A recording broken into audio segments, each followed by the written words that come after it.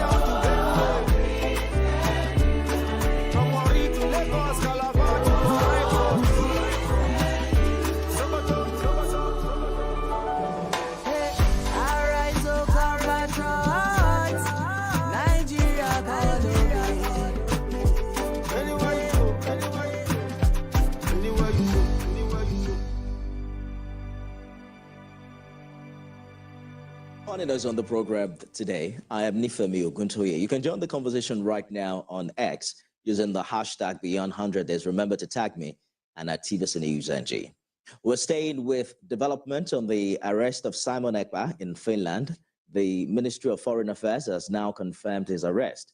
The authorities allege that Mr. Ekpa used social media platforms to spread separatist propaganda, incite violence, and encourage illegal actions, which had caused significant disruptions in the southeast of Nigeria.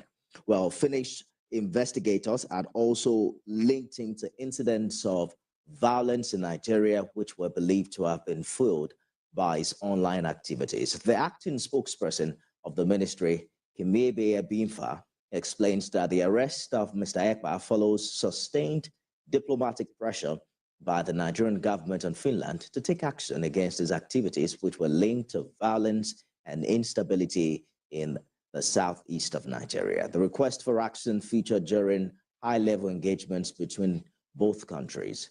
The ministry now wishes to affirm that the arrest of Mr. Ekpa is a significant development in addressing national security.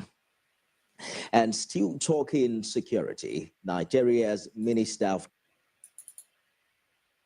Defense, Mohammed Badaru. Welcome. Thank you for joining me. I'm going to play some other clips. I think there is a developing news regarding the autopilot movement. Let me see if I can pull that up. Let's just play this. I think this is from Dr. Ngozi Arabweze. You know, you can say whatever you like about some of these Ekpa supporters or some people that believe in separatism and stuff like that. They are brave people, and we need brave people like this in Nigeria to actually do something for the country. But they spend all this energy fighting pushing in the wrong direction. That is just going to be wasted. It's bound to be wasted. But you know, it's their choice. So let me just play what she's got to say. Here present, I worked at home and cabinet members in the de facto government. I welcome and thank our Biafra Liberation Army, our Biafra Defense Forces that are on ground doing the needful to ensure that the restoration of Biafra is not tampered with by anybody, by any government, foreign or local. Our determination to redeclare Biafra between November 29th and December the 2nd, but in Finland and in de facto homeland, is a task that every Biafran, every individual listening here today must be involved in. As the previous speakers have noted, our able Prime Minister, His Excellency Simon Ekpa, will be with us in a very few period, this is just a short delay that will in no way affect what we are doing, demean our spirit or hamper our resoluteness, restore Biafra on 2nd December. His Excellency, I greet you. I thank you for the wonderful job you are doing to restore Biafra. I thank you for your resilience. I thank you for not cowing in or trying to negotiate. That is the spirit of Sisu. Every single individual here in Biafra government goes with that spirit of Sisu. We are more determined now than before for the restoration of the independent state of Biafra on 2nd December 2024. Nothing in this life, absolutely nothing will deter us. Nothing will stop us. So on this note, I want to bring to the notice of all Biafrans that our Prime Minister is safe and sound, very healthy in Finland, attending to these issues that usually most of us know.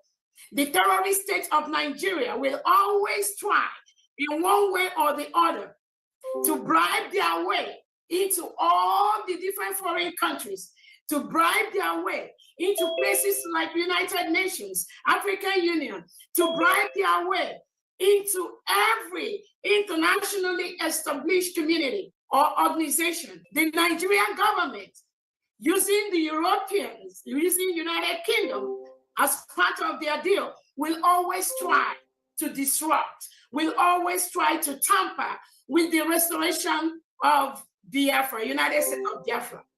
But I want to tell everybody listening here today that the power that Nigerian government has, where they stop is where this government begins. I need them to know that our Excellency, His Excellency, the Prime Minister of Biafra Republic, Simon Ekpa, has already laid a full structure for the restoration of Biafra. Nobody on earth will stop that. We are both at home and we are abroad. Biafra will be restored from diaspora.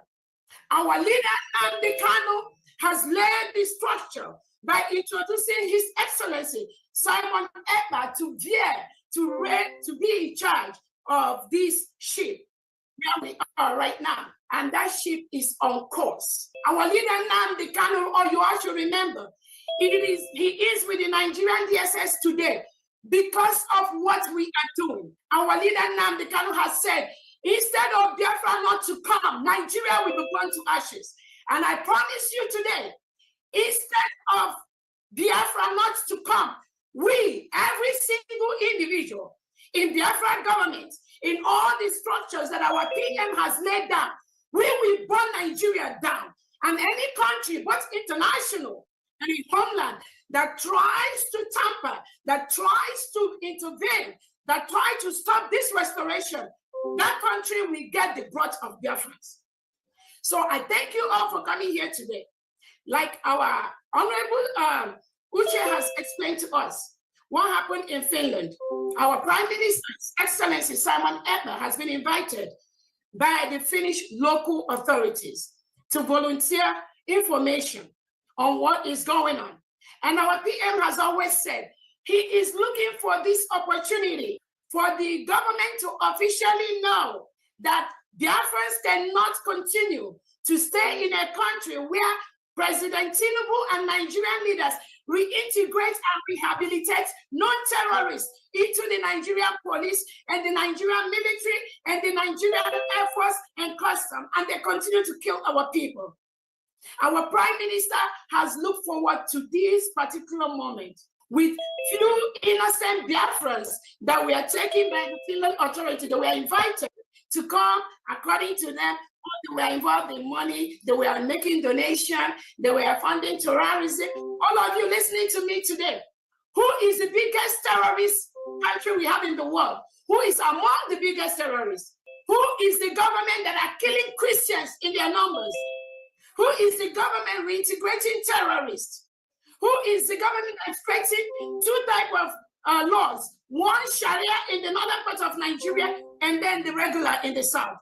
Who is the government that invited All the different type of terrorists you have, they have their base in Nigeria today. Who is the government that is inviting Hamas and Hezbollah and inviting them to Abuja to come and partner with them? Who is the government when election is conducted? Somebody will go behind the scene and switch the election. They'll carry the election bus and they will steal it. Who is the government doing that? And now they are saying our PM is inciting. Let them know that Biafra is a nation. Our PM is defending Biafrans by the second. Our PM has noted that the way it is done before, where we Biafrans, we just sit, we watch, and these terrorists will come and kill us, kill our mothers, rape our women, kill our children, take away our boys and girls. That is what our Prime Minister Simon Ekpa has vowed to stop.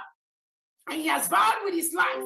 All of us Biafrans in the British cabinet, the Council of Homeland, the Biafran Liberation Forces, the Biafran Army.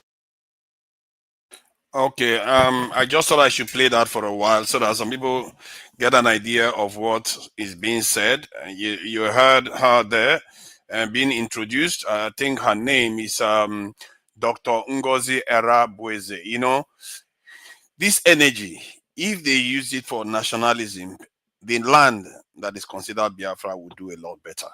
But they use it to fight fellow Nigerians. That is the wasted energy that is going on there. The forces that she's backing up against is just weakening our people further, because it's just dividing our people, not being organized. And it's a shame, but that is our choice. We all have our choices, and I just wish we had more people that are fighting for Nigeria, fighting for West Africa, fighting for Africa. More people like that, with that kind of energy, doing the same thing. So this is weekly news update. You are all welcomed, dignified gentlemen and women, and some of them are younger and others are older. This is a clean session. We shouldn't be insulting each other, and everything should be professionally done. So this is the lady that seems to be heading the organization that Simon Ekpa represented. I know there is somebody on this panel that thought it was fake news, but it's no longer fake news, is it? All right. So he was picked up. Now, next to other news that are actually more consequential to our lives, we talk about these things. We act as if these things are really going to determine our outcome. The people that will determine our lives are out there, not these ones are fighting. If you keep fighting this fight, you want to fight each other, it's not going to get us anywhere. All right. So now there is this news that came out today, if I'm not mistaken, or yesterday, about Netanyahu, the Prime Minister of Israel. International Criminal Court issued an arrest warrant for him, and many nations. Let me play this so that you can get an update of what is going on. National Criminal Court at The Hague has issued arrest warrants for the Israeli Prime Minister Benjamin Netanyahu and his former Defense Minister Yoav Gallant. Among the things that the ICC is saying it is issuing these warrants for is it's alleged that Netanyahu Gallant used starvation as a tool of war. Just reading some commentary coming through from the ICC.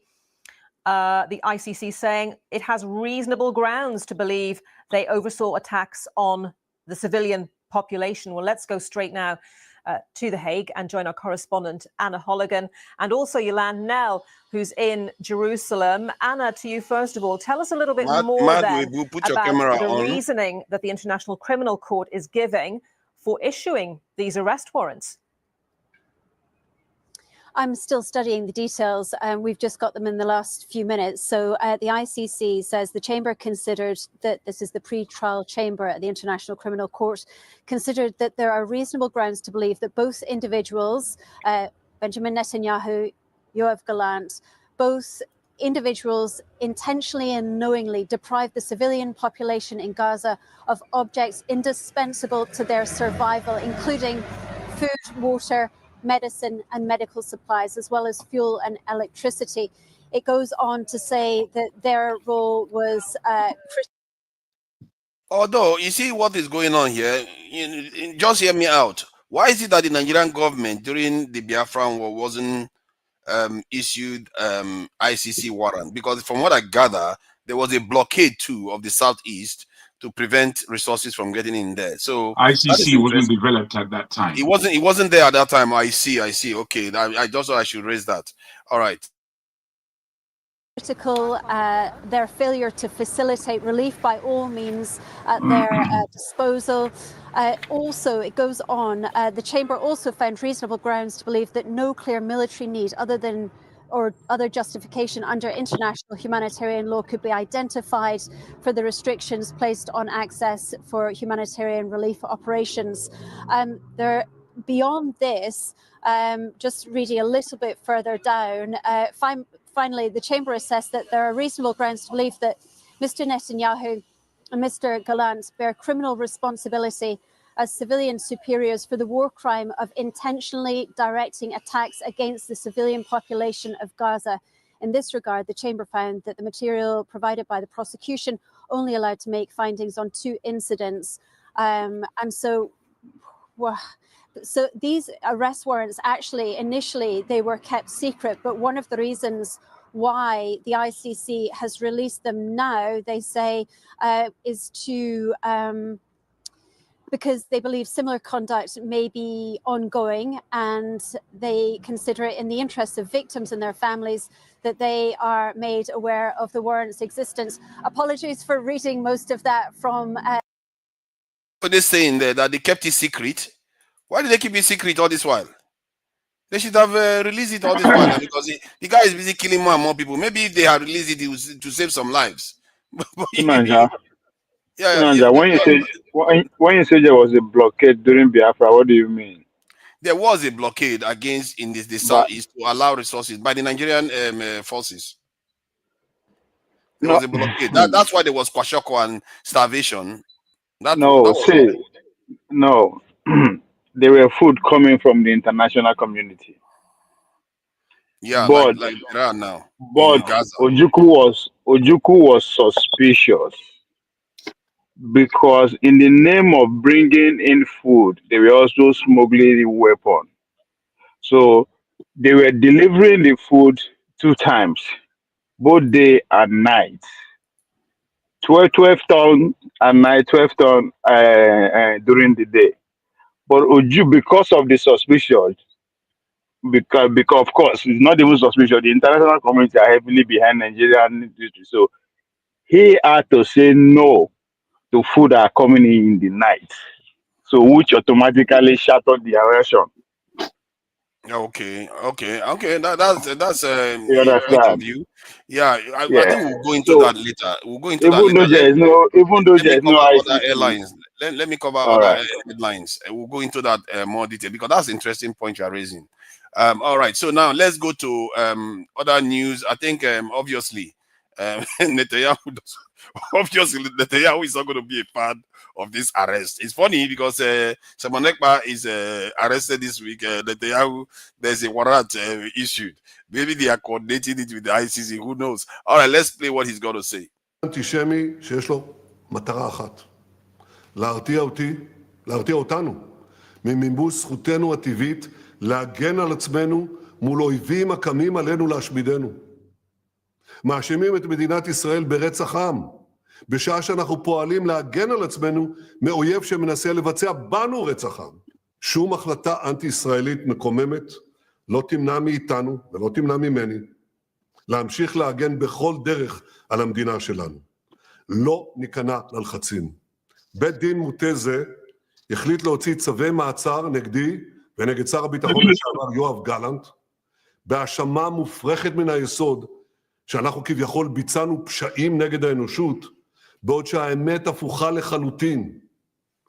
זוהי פשיטת רגל מוסרית. היא פוגעת בזכותן הטבעית של הדמוקרטיות להגן על עצמן מפני טרור רצחני. Wow, you can't make it up. The guy is acting as if he's all innocent. We are watching it on TV, and Americans, obviously, the enablers, they are not going to say, oh, we are going to arrest Israel. That said, most European countries so far have said they are going to comply with the International Criminal Court. Canada says they're going to comply with the International Criminal Court. I'm not sure what Australia is saying, but I think they too will fall in line. It means Netanyahu has only a few destinations to fly to. The US and, you know, like I say, the Indians, there's no white supremacy state that they see that they don't love. India is the only other country that they can travel to. Yes. Because they don't sign the Can I just quickly add something to that? In that this whole campaign or court case has been stifled. It's been run roughshod by the West as a whole, to the point it's taken over 6 months to reach this position. When they did the very same to Putin of Russia, it took 2 months. Yeah. So again, we have to really consider what we are looking at, what the world is showing us. Thank you. Yeah, that's interesting. Yeah. You said you only have a few destinations to go to Americans. Let me tell you the fact, the truth. There are only 2 destinations on the planet Earth. That is America and United States of America. That's it. America and the United States of America. Yes. You're fine. You're fine. You're fine. You can go ahead. So there's America, there's the rest of the world. That's it. That's the only 2 places we have in this planet. There's America, and then the rest of the places one. That's it. Yeah. So now, obviously, you're going to see this Biden despicable presidency, what they always do. Speak to this at the podium. So let me just say more broadly that we fundamentally reject the court's decision to issue arrest warrants for senior Israel officials. We remain deeply concerned by the prosecutor's rush to seek arrest warrants and troubling process errors that led to this decision.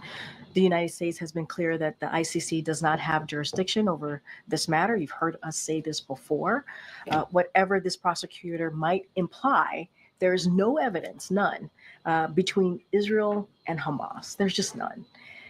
In coordination with partners, including Israel, we are discussing certainly those next steps, what that's going to look like. And to your question about sanctions, that's basically kind of just answered it in that last part of what I said. We're in consultation with our partners, and also which include Israel, about our next steps. We fundamentally reject that the ICC has jurisdiction over the situation. And so that's something that we've been pretty clear about, and we'll continue to do so.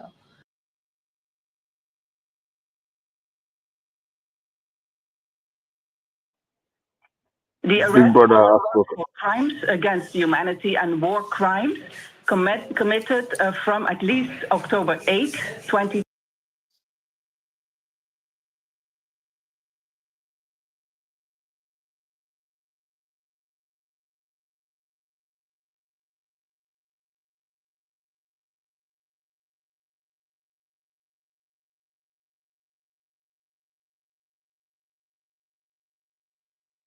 You need to turn your mic, forefather. Turn your mic on. Yeah, sorry about that. This mic business, I need to get it straight. All right. So the Americans gave Ukraine long-range missiles, and they told them not to fight deep into Russia before now. Then just last week, Biden, after Trump won the election, decided that, you know what? Let me make life difficult for Trump so that Trump will never know peace. Terrible, man. So he decided to say, Zelensky, now you can fire deep into Russia. And Russia was like, is that what you want to do? I will show you guys that this is what happened. That's not what happened, though. Dnipro last night, the missiles rained down. Multiple streams that kept on coming. But these weren't ordinary missiles, and the attack has taken the conflict to a whole new level. My goodness. In a televised address, Vladimir Putin confirmed Russia had fired a new hypersonic medium-range ballistic missile, a response to what he called escalation from the West. At first, Moscow wouldn't comment on the reports it had fired a new missile.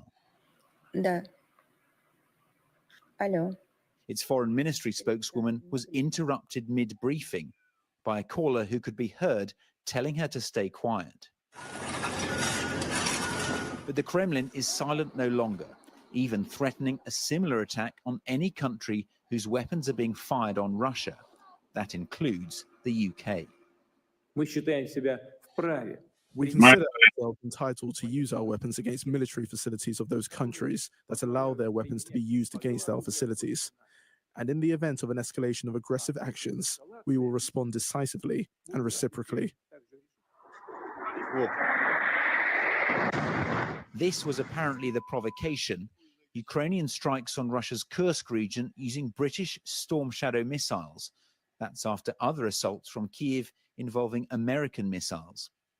In an interview with Sky's Mark Austin, an accusation from Russia's ambassador to the UK. Britain and UK is now directly involved in this war because this fighting cannot happen without without NATO staff, British staff as well. But you are using Chinese dual-use technology. You're using Iranian missiles. You're using Iranian drones. You're using North Korean troops. So are you saying all those countries are now directly involved too? On that subject, I can say easily that we have plenty of mercenaries from different countries that are fighting right now on the side of Ukraine. So what's the matter?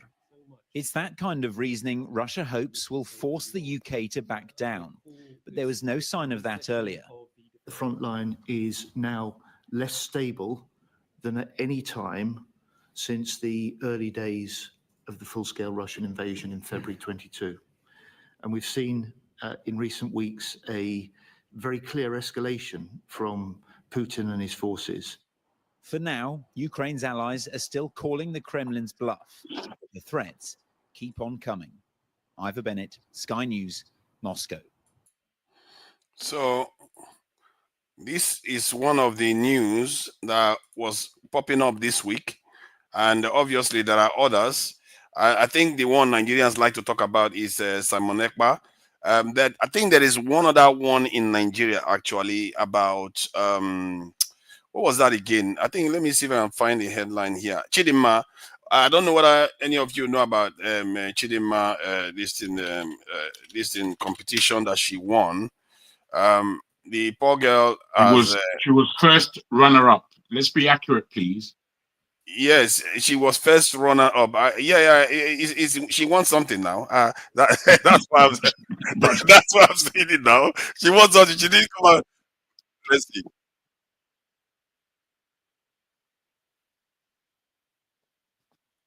Let me see if I can share this. You can't see. That's why. Let me see. 2024. Did you hear about this? I think I saw some stuff about it online, but refresh my memory. It was wild. That is the Miss Universe there. And look at the person that they run to. I don't know what is happening there. I don't know why that is. Why instead of running to the winner, they ran to the second runner-up. That is a very odd thing. And I think the world, for some reason, they are beginning to like reject this European mentality or idea of beauty. They say, because I watched a video of Filipinos watching the presentation when they gave it to the Danish woman. They were so crossed. It's like a football match where they just scored goal against them. They were so cross that they gave it to the Filipino, the Danish woman. So there is something about the world that wants to push against this blonde-haired, blue-eyed narrative. My brother, you know the amount that you have put on the table, coming from the last show, is rather heavy. Do you think we're going to get through all of it? No, it's just no. We are not going to talk through all of them. I think just to cover the headlines so that our people over the weekend they start getting an idea of what just happened through the week. You know, some of them are going to work, coming back. I'm with you. I'm with you. Like you have Miss Denmark. Right. She wins the crown. She's obviously thrilled. Of course. But then get this. What? The crowd, they go absolutely nuts for the first runner-up, Chidimma Adetshina. Wow, really? Like everyone's buzzing about her. Interesting. It's almost as if she kind of stole the show. Exactly. Yeah. And that's what this excerpt dives into. It's all about this idea of grace and how it can really captivate people. Now that you mention it, I do remember reading about that. It's funny how our attention is often drawn to those who possess certain qualities that go beyond just, conventional beauty. Totally. And this article even points that out. It mentions Adetshina's, grace, poise, and charm. I wanted to show that because there was a bit of a controversy that happened because of it in the competition, because the competition runner, I don't know whether you saw it, Jago, he was saying that that the blue eye is the epitome of evolution, the highest level of evolution. Can you imagine that? That's the competition runner. It's like because the girls that were at the competition thought that Chidimma should have won, or at least Zambia or one other lady should have won, not the Danish lady. And they were questioning the people that organized it because of it. If we can, let's bring our faces so we can see each other, if possible. Thank you. Good. Yeah, all the subjects that you brought up are very interesting, including the fantasy of beauty. I'm not quite sure where to start, because I think I have something to say on everything, and I have a lot to say based on the program just finished. Even though I feel you handled it pretty well. You know, I was being wonderfully blocked by the wonderful electronic NEPA pastor. In any case, if I begin from the last thing about beauty, and what the whole thing signifies to me is the incessant Nigeria soft power that is out there at an alarming heartbeat. I don't know how to express this more. A lot of the times we can come here and speak extremely negatively. You are right about that, you know. You are really right. Can I just go on? Extremely negatively, we speak about Nigeria all the time. But I'm in the avenue where I'm looking at good news. There's a lot of good news about Nigeria, and there's a lot of power to be taken from that as people, not the politicians. It is so important that we empower ourselves as individuals, and we think positively, and we stand straight, because it can take us anywhere we want to go, as we have seen numerous examples across the world. And I'll give you Kemi Badenoch. No matter what you think about her, she in one generation has sprung from student to the head of the Conservative Party. That's it's soft power. The Niger soft power, we'll take them there. The Niger soft power that takes us anywhere we want to go. So based on Adetshina, which she's spelling her name awfully wrongly, which I see quite a lot in sports. You know, that is not a name. Adetshina is the name. It has a meaning, and it's not spelled like that. There's another character who plays basketball in the States, a fantastic basketballer, a fantastic family. He calls his name Adetshikotopata Tokumbo. And I think, what the hell is that? What the hell are you doing? You're just mashing up your name. And you need to be standing by your name. You need to be standing by your soft power. You need to be standing by who it is that you are. Not making up all these fallacy names like Forefather and I Speak the Lies. All those names are rubbish. They don't mean anything. Who the hell are you? Who are you? Are you part of us? Are you again? No, it's this is not this. This is me in my strictest thinking. You know, this is not a game. None of us come here and put our name down based on the fact that we're hiding. We have to come out. There's no time to hide. We have to come out. And those of you who are standing aside, calling Nigeria from the stands, as opposed to be playing on the field, I'm afraid you're not with us, mate. You're not with us. You're against us. Let me continue. When one looks at the world and we compare ourselves to Nigeria, it can be the greatest country in the world within 5 to 10 years. It just can be.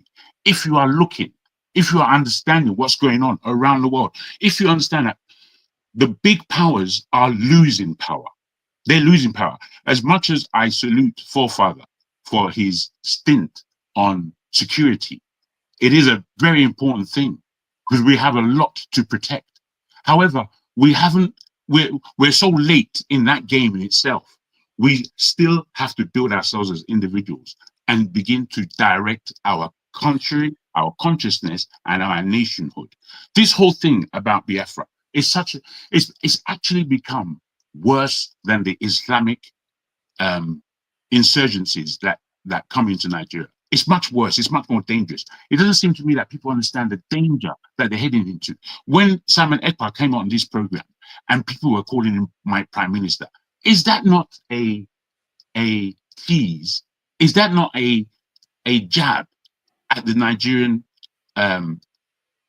constituency as a whole. You can't do that. You can't say these things. You can't pronounce that somebody is a prime minister when you have a head of state there in that same country that you are calling Biafra. It's ridiculous. You know, in sales, the way we sell the benefits. What is the benefit? You see, when I'm listening to the Biafra talk, I don't hear any benefit to anyone except the selfishness of those people who call themselves Biafrans.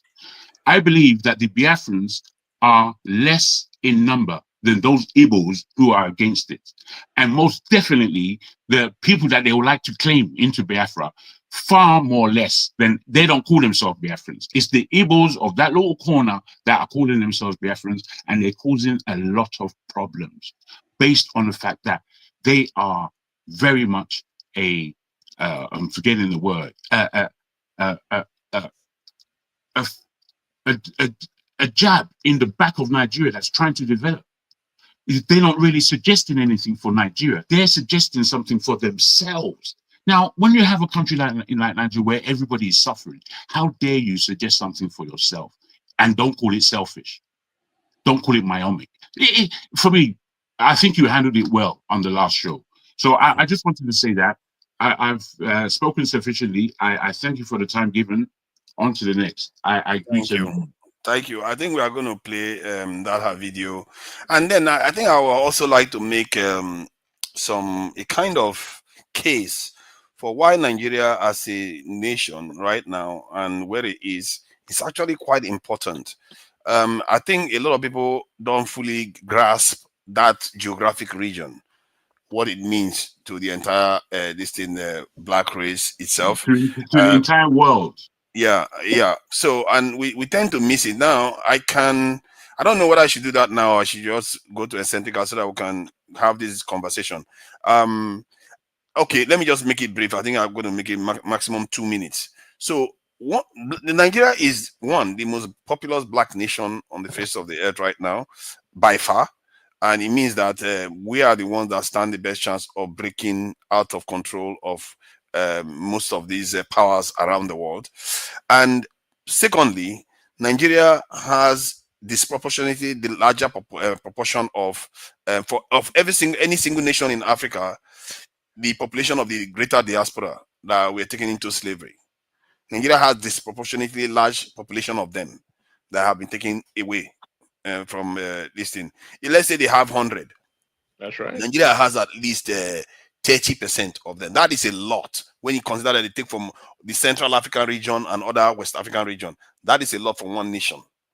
Then if you look into the very Bantus themselves, originated from Eastern Nigeria, the Mambila Plateau itself. Now, there's no such thing as Bantu. That's one European. Yeah, they will say that. They will say that.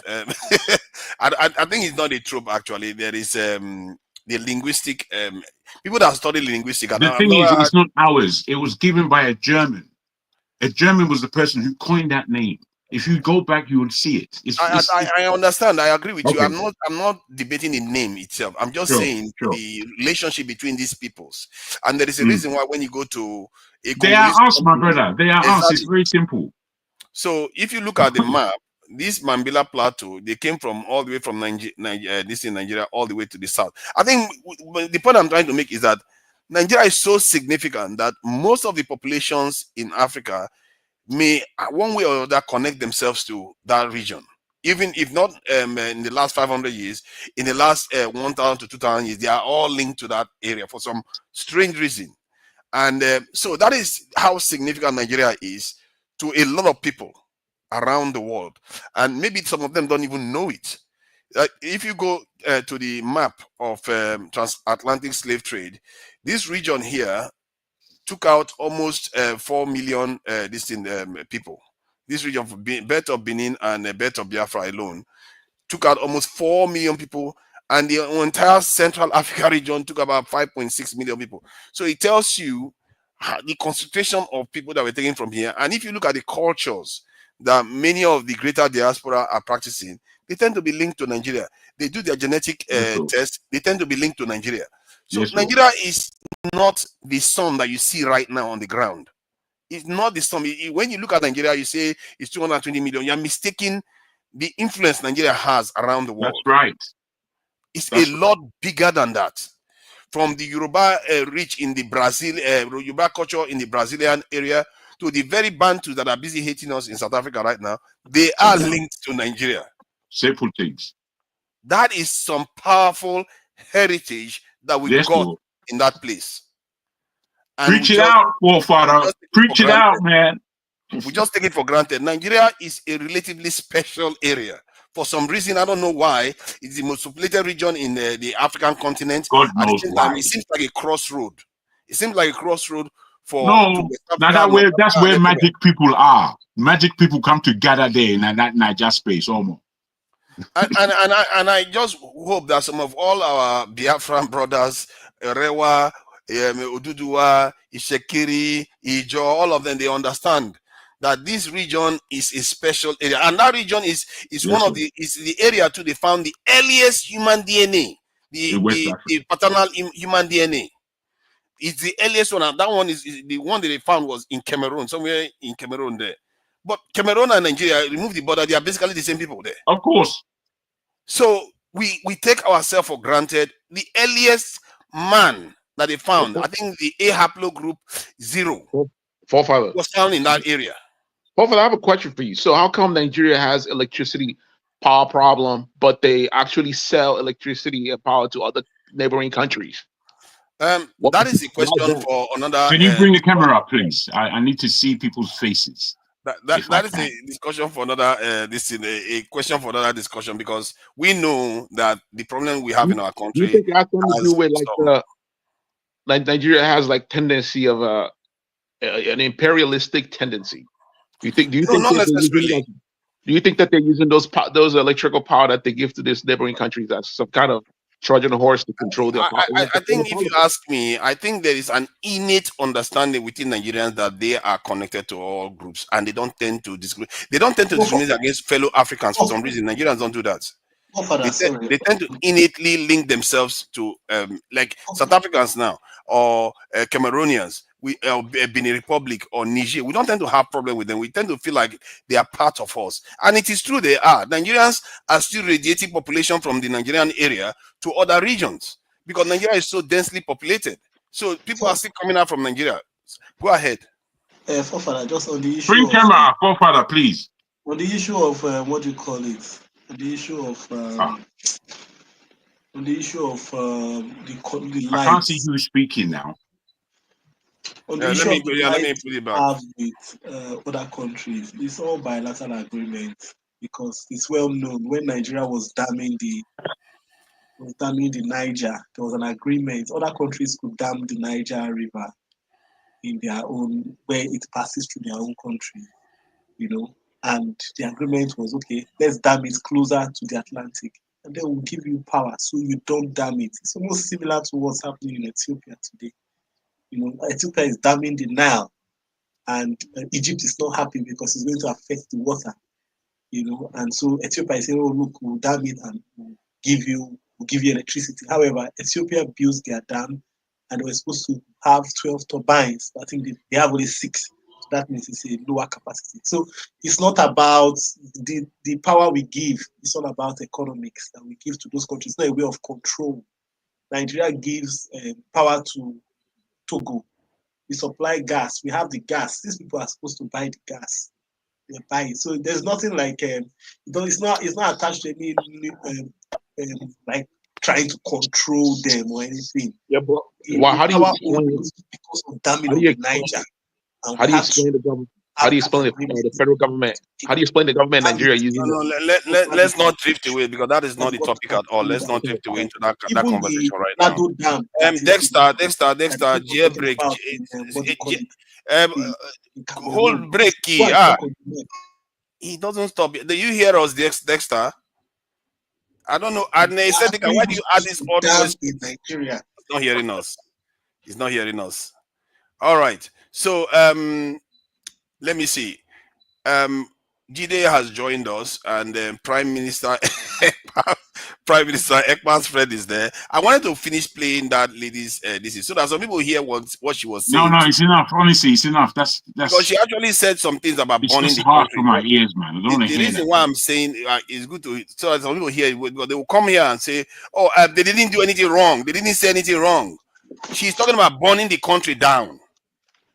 I don't know why people come online and say they didn't hear that. Like they didn't hear them say that they want to burn the country down. If people are doing those sort of things, you have to call them out and say, no, this is our country. If you burn it down, who is going to remain in there? There's not going to be any country left. So I felt like I need to play it because what I was hearing, there's a compelling reason to listen to what they are saying, because then you can hear about their grievances, why they feel so strongly about this. Because I hear some of the stuff she's talking about, how the Nigerian government is treating the people, who is the true terrorist, all those things. I think it's worth listening to, so that some people hear it and also hear the thing that they are saying that is actually breaking the law.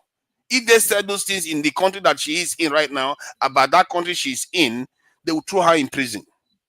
If you come out in the UK and say you burn the UK down, Jesus Christ, you will not see the light of day. Very quickly they will take you. Let me finish playing it.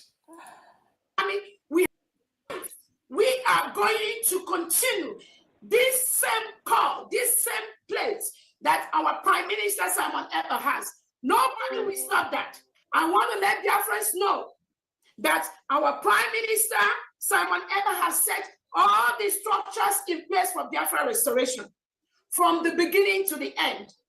So taking him or removing him to go and ask him questions to delay or to disrupt our Finland Convention for the next 1 or 2 weeks, it is not going to have any effect. Rather, it is going to make all Biafrans more determined in the restoration of the independent state of Biafra. We are a full-fledged country.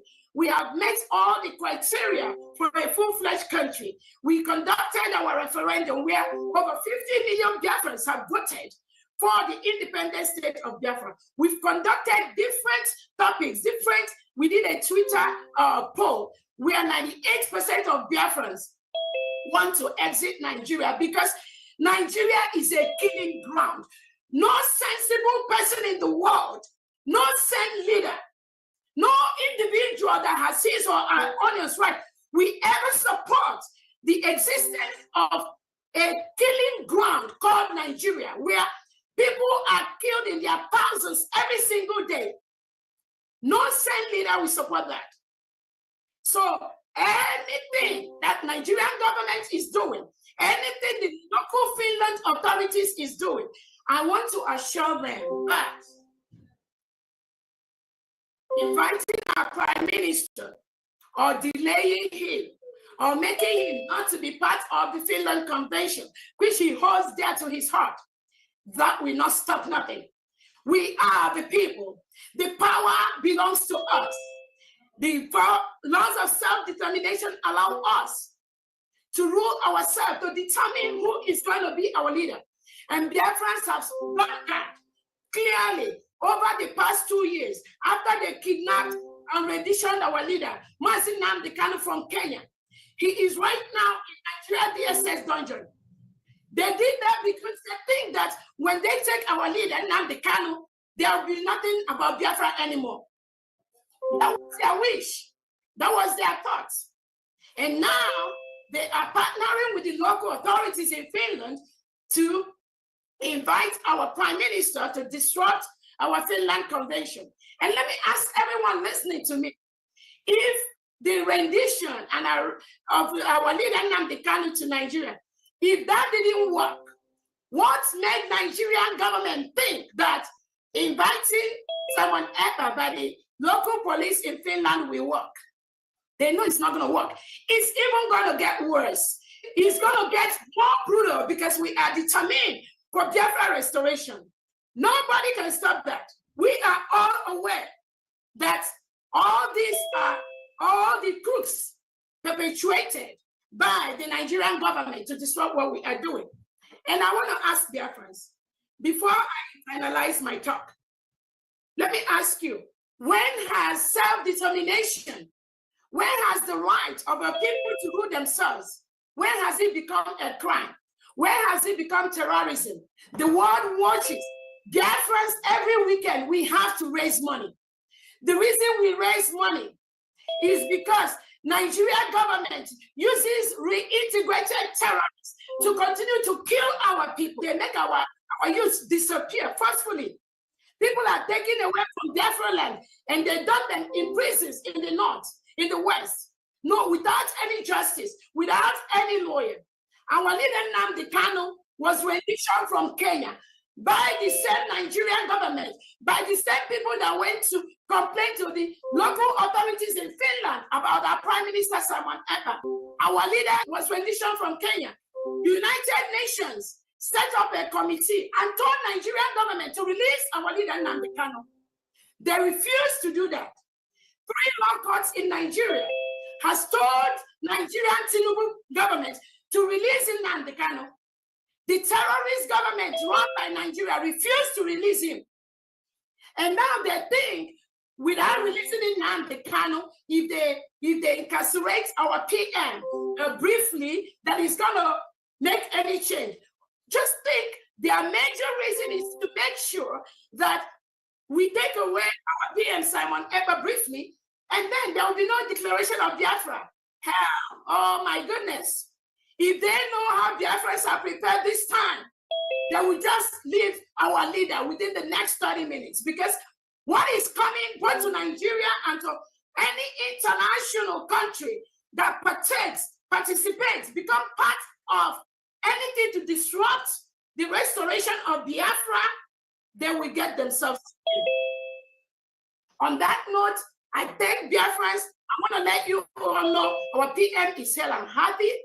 It is just a brief disruption to our plans, which is not going to affect anything in any way. I want all the 40 states of Biafra to be resolute, more than ever at this time. The Biafran Liberation Army, our Biafra Defense Forces, now is the time to be more resolute. Our PM has given instruction. Any terrorist in Nigeria, any Nigerian military, Nigerian police, Nigerian Air Force, anything wearing Nigerian uniform inside Biafra land, they are the reintegrated terrorists that Nigeria want to use to kill and stop Biafra. So the Biafra Defense Forces, from this moment, you must increase whatever you have been doing. This is the time to increase it towards our final restoration. Our demands are very, very clear. Remove all the terrorists wearing Nigerian military and police uniform in Biafra land. Secondly, release our leader, Mazi Nnamdi Kanu. Again, whatever investigation you are doing with our Prime Minister, you need to release him ASAP, because what he is doing is saving our lives. We must be alive for our freedom. So anything, anybody, all the terrorists in Biafra land, from this moment, just be aware that the forces we are going to release as a government from today is going to be very, very deadly. Because you cannot come to our land, kill us, and then go free. We must defend ourselves. This order is from our PM. Nobody can stop that. What we are doing is what United Nations has given us the right to do, the right to self-determination. Nobody can take that away from us. We have met all the criteria to be a nation. We have a geographical area. We have the 40 states in Biafra with all the administrators in charge in homeland. We have created alliances with nations. We have lobbies that are working for us. We've met all the criteria as a nation. They killed us before, between 1967 and 1970. After the war, they gave all Biafrans only 20 pounds, regardless of how much you have in your bank account. Some Biafrans have millions of dollars, millions of pounds in their account. They gave Biafrans, every single Biafran, only 20 pounds after the war. And what has that 20 pounds done?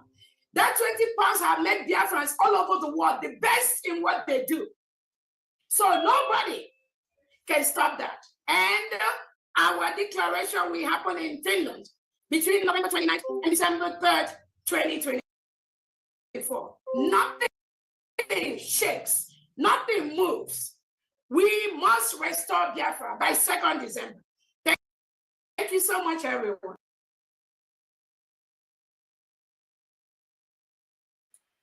So, as you can see, she seems to be the leader of the movement now. And she seems to be breathing brimstone and fire, and wants to burn everything down. And the Nigerian police force, they are terrorists. The group must continue. Yeah. And you see, that is breaking the law. Some of the things she said there, if she said it about the nation she was in, they would put her in jail.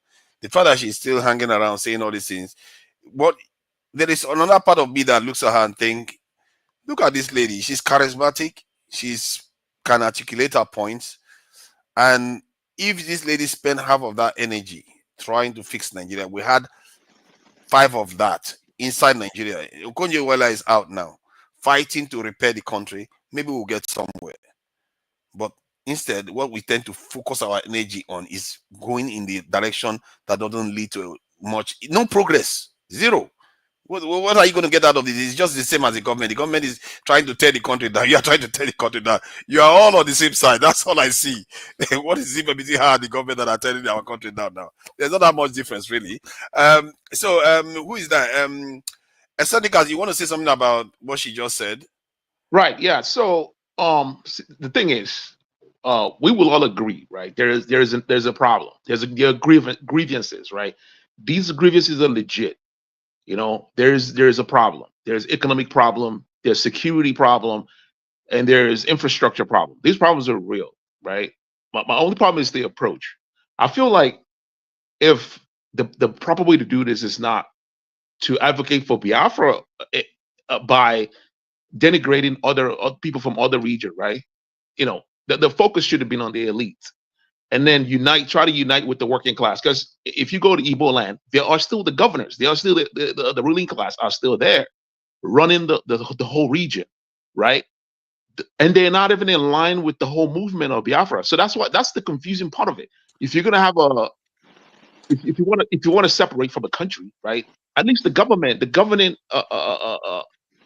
elites in that region should be part of that process, right? You're not just going to form a small group and then go, hey, we want to secede.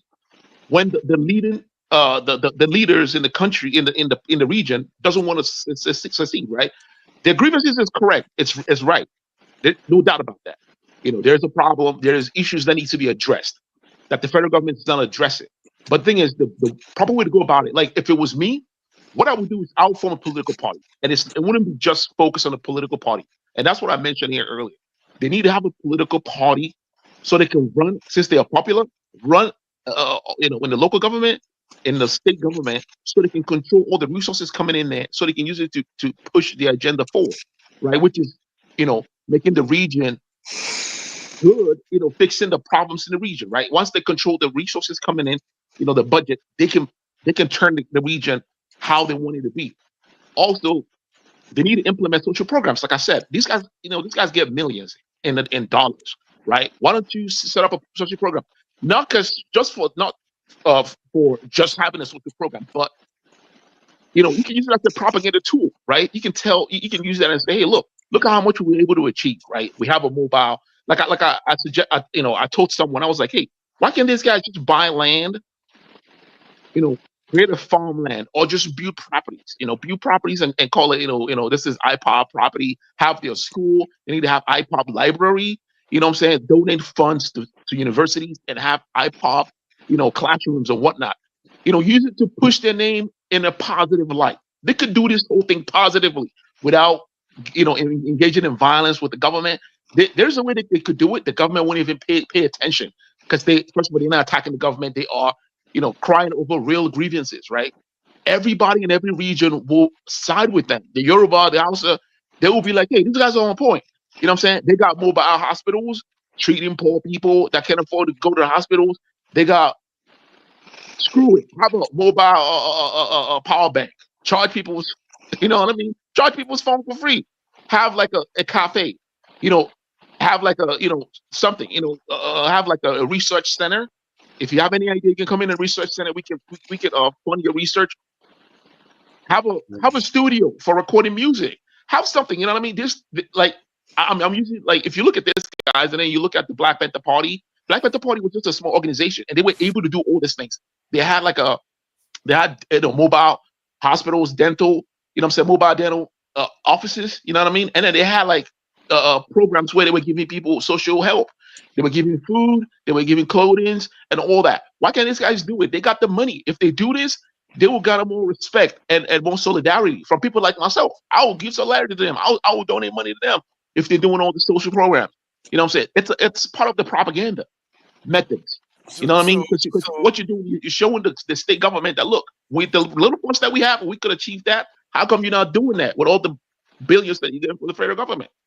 They can make a point. Can I ask, could that be a reason for one to suspect that they are not necessarily a proper movement that actually wants to better the lives of their people, but just agents of chaos? That's the thing. So look, they use. Yeah, they have the whole stay-at-home thing, right? But these guys they're not economists, right? The stay-at-home affects ordinary people, because in Igbo land, most people own their own businesses. These are sole proprietorships, right? People don't pay tax. So how is it affecting the federal government? The only way that you can shut down the economy to affect the federal government is if the labor union go on strike. All people working for federal work, federal parastatals go on strike. That would affect the federal government. Not when the lady that's hawking banana is sitting at home. How is she gonna buy food for her kids? How is she gonna pay rent? It's affecting the people negatively. And but these guys, it shows you that they're not smart. These are not smart people. I mean, Simon came over here. You can hear him talk, right? He doesn't articulate any point.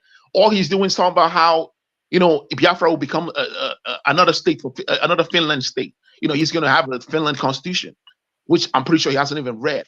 Right? These guys have no plans. This is the grip. They're making millions, sitting in their nice apartments, and urging people to go in and fight the military with the helicopters and freaking guns. Like, what are we doing? Thank you. Let's bring. I think all our politics is there. He hasn't actually submitted any this in all our politics. Are you there? I'm here now. I'm waiting for the show to start now. It makes you look like we are not seeing you, so you're not there. No, everybody is just talking now. So I'm waiting for you to officially start the show so we can go around. But I don't know, maybe we have officially started. Though we have officially started. So what do you make of this now? You spend most of the time of the week saying that they didn't arrest him. So where are you now? I stand by what I said. I need an evidence. I need evidence to say yes. But the lady just told you that. The lady just told you that it's part of the organization. That they held it. I don't. Before that, I don't take the news media. So why would I take her serious? I do my own thing by myself now. Okay. So what do I you didn't see when the news broke, right? I was fortunate enough to actually, get hold of it within the first few minutes before I even get hours. So what I noticed is the first newspaper that broke the news, which is a kind of a national newspaper in Finland, YLE. They took the news from police website, from the police department. That is the National Bureau of Investigation of Police in Finland, that's how it's supposed to be. You either get the right source from the police or from the court. So they took the national newspaper took the story from the police website. So all you have to do is to go to the website. Just as I'm saying it, National Bureau Investigation of Finland. The news is the second. Go to the news section, the second in line. When you read this section, when you read that news, they just say 5 Nigerian with Finnish citizens. No name was mentioned. So every other thing you hear that, he was this, he was this. All those ones, everybody just they had his own news sorts, just to make the story sweet.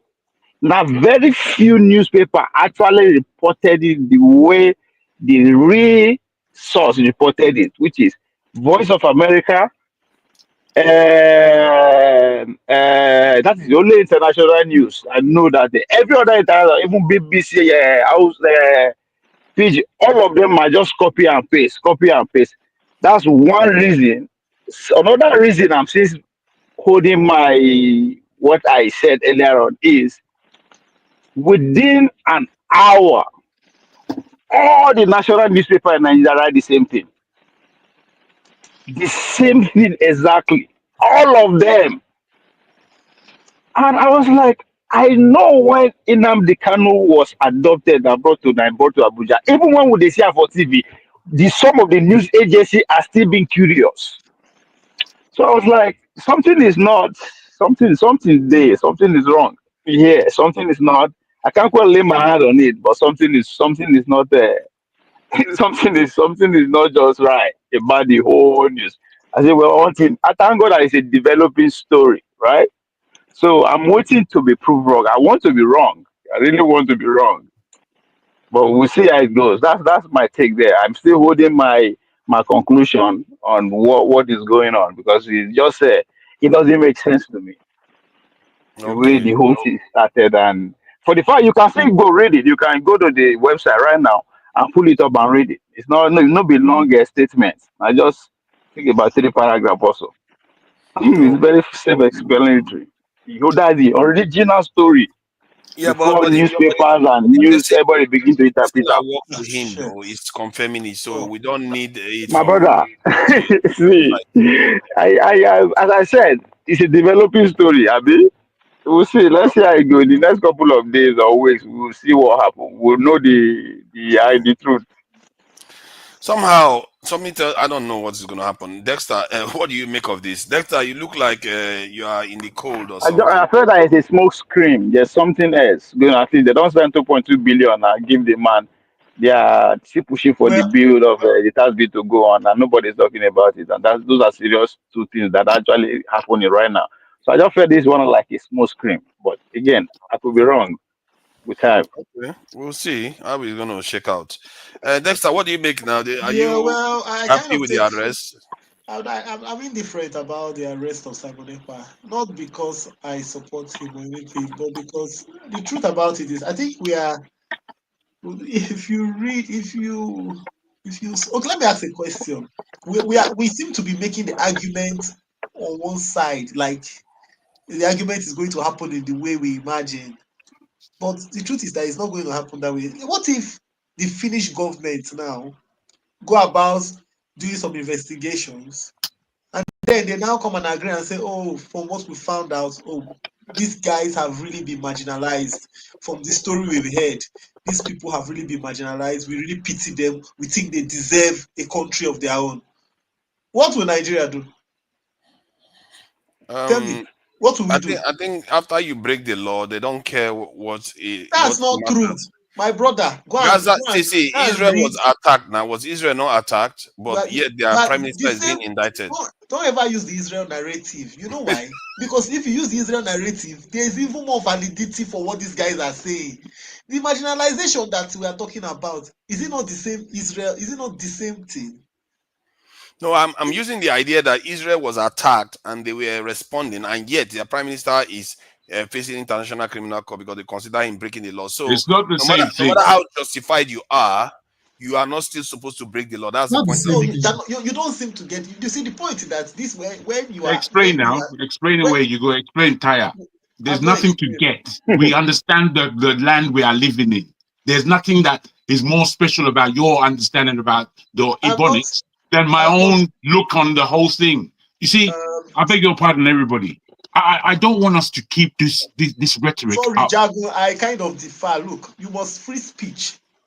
can have an opinion. You might not agree with it, but it doesn't mean that you come and start shutting No, down and saying, sorry, so my brother. please, All I I wanted to underline is respect what's your going on in opinion. Palestine is not the Biafra quest. You are Nothing not, at all alike. I am not saying it's the Biafra quest. And look, the moment somebody starts getting agitated about topics, then there's a problem. You can't be getting, the moment they say something. Look, first of all, we cannot deny, what I was trying to say is this. If you bring the Palestine issue, the people that are there, if you even follow the news in Nigeria on Arise TV, there was the analyst that was making the same thing. The people that you are saying the Palestine, the people in Biafra, this Simon Ekpa, they can use that as a legal story. The question is this: was there the story of the Biafran story? Is it real? We seem to push it under the carpet in this whole thing. No, Is sorry, the Biafran story? See sorry, my point, sorry for forefathers. interrupting Give you. me 1 I just minute. wanted Give me 1 to minute. try it, the case Yes, that you see are my making, point. so you can Forefathers, make see it my make point. sense. Yeah, My go point ahead. is this: we are looking at the argument in one side. If you, it's just like you're playing a strategy game, and then you have your strategy, and then you just look at it based on your strategy. You lose. You have to look at it from different angles. How can this story go? And I ask you the question: Simon Ekpa is arrested by Finland. We're all looking at it like, oh, Simon Ekpa is arrested, is good, is wonderful. Things flip. The way the world is, the world changes. The way people reason, it changes. Simon Ekpa can be arrested now. The Finnish people are doing their investigation, and then the next thing, he has a fantastic case, and they say, oh, look, is that what you're going through? He brings evidence of genocide to the Finnish government, and they start having pity for him. And they start saying, oh, really, is that what your people have been going through? Why has your government not taking care of you? Look, all these things happen. It only takes one person to be among the people there that has sympathy, and the person will start seeing it from a different angle. So my point is that the way we seem to be rejoicing, oh, Simon Ekpa is arrested and is this, it doesn't mean that it's going to go the narrative that we all have, that oh, it's going to go. And let me tell you the truth. If you read history, when people are oppressed for very long time and they keep on hammering on that oppression, and there's a day the dam will break loose. The dam will break loose and the water will flow.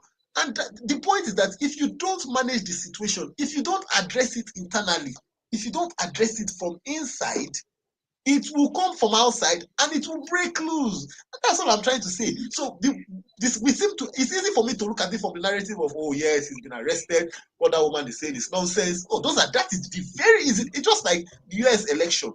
People were just analyzing, oh, Kamala Harris is a attorney general, this one and that one and this one. The next thing, who won?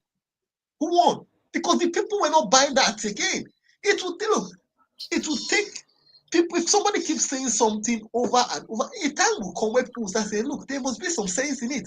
And the more you keep incarcerating people for saying that thing, the more you give them validity if they don't back down. So the question is this: the solution to Simon Ekpa, what is the solution to the Biafran story? Whether you like it or not, the question is, in Nigeria, did that story exist? Is it a true story? Is it a real story, or is it a fiction? Is it a made-up story? And if it's a real story, then it behoves on Nigeria, on the Nigerian people, to address that story, address it, address the injustice, and then move on. But you don't sweep it under the carpet and say, it will not happen. It will keep on popping up. It will not go away. It will keep on popping up, and you still have people like Simon Do you Ekpa think coming that up. your suggestion, which is a fair suggestion, do you think that Biafra is pushing that mindset at all? They are not. They're not pushing that. They're pushing something completely different. You are now fabricating it to what may appease everybody else in the way they look at it. But the fact of the matter is, there is a story called Biafra. It happened, and it was a terrible part of our history as a collective nation. And that nation has not, the people of the East have not been necessarily given their just rewards. We can appreciate this. Having said that, the push is completely obtuse. It's completely selfish, and it completely misses the narrative. That war was lost. You have to get into your head that the whole thing was lost to you people. And therefore, in that loss, you have to take that on board. You have to take that on board and understand how to move forward in this nation called Nigeria. Otherwise, you are, I beg your pardon, let me just land like this. Otherwise, you are a problem in that nation. So Jago, perfect point. But let So, me tell sorry, you can't push a narrative. Here we go. Here we go. More And nonsense. say, and you can't push a narrative on a people, and then the last point you made that they must accept. You don't do that. It's up to me. That's Let's not do too and fro so that others can be able to speak. You can't push that narrative. So Nanja, I'm not pushing the narrative. You said something that actually make me come on, right? That the passion that these people have, you wish Nigerians have it towards Nigeria. It is because exactly what this our brother is talking about. They have a story. They have something that is what you are saying. That is reverberating through their passion. Look, somebody say if you want to know the future, if you want to know far, you have to look back. Yes, they were defeated before. That is not the end of the story. See, the Nigerian story, what happened, either our independence or the civil war. Ovie, try to keep it brief so that we can go to the next one. Either the independence or the civil war, we will never know the true story for now. You know why? Because the actors are still very much alive and they are still very active. So maybe that in the next 50 years, 100 years, we go begin to know really what happened. But if you want to actually go to some declassified documents, you understand that Nigeria has never been won. The grievances were never actually taken care of, even before the independence. So within the Apple, so we go back before the independence. So now lie, the future. There's no oneness in our future unless we won't deceive ourselves. Yeah, I think there is actually. We have no choice. Otherwise, it's either that way or extinction. It's simple. That's the only part we have for the future.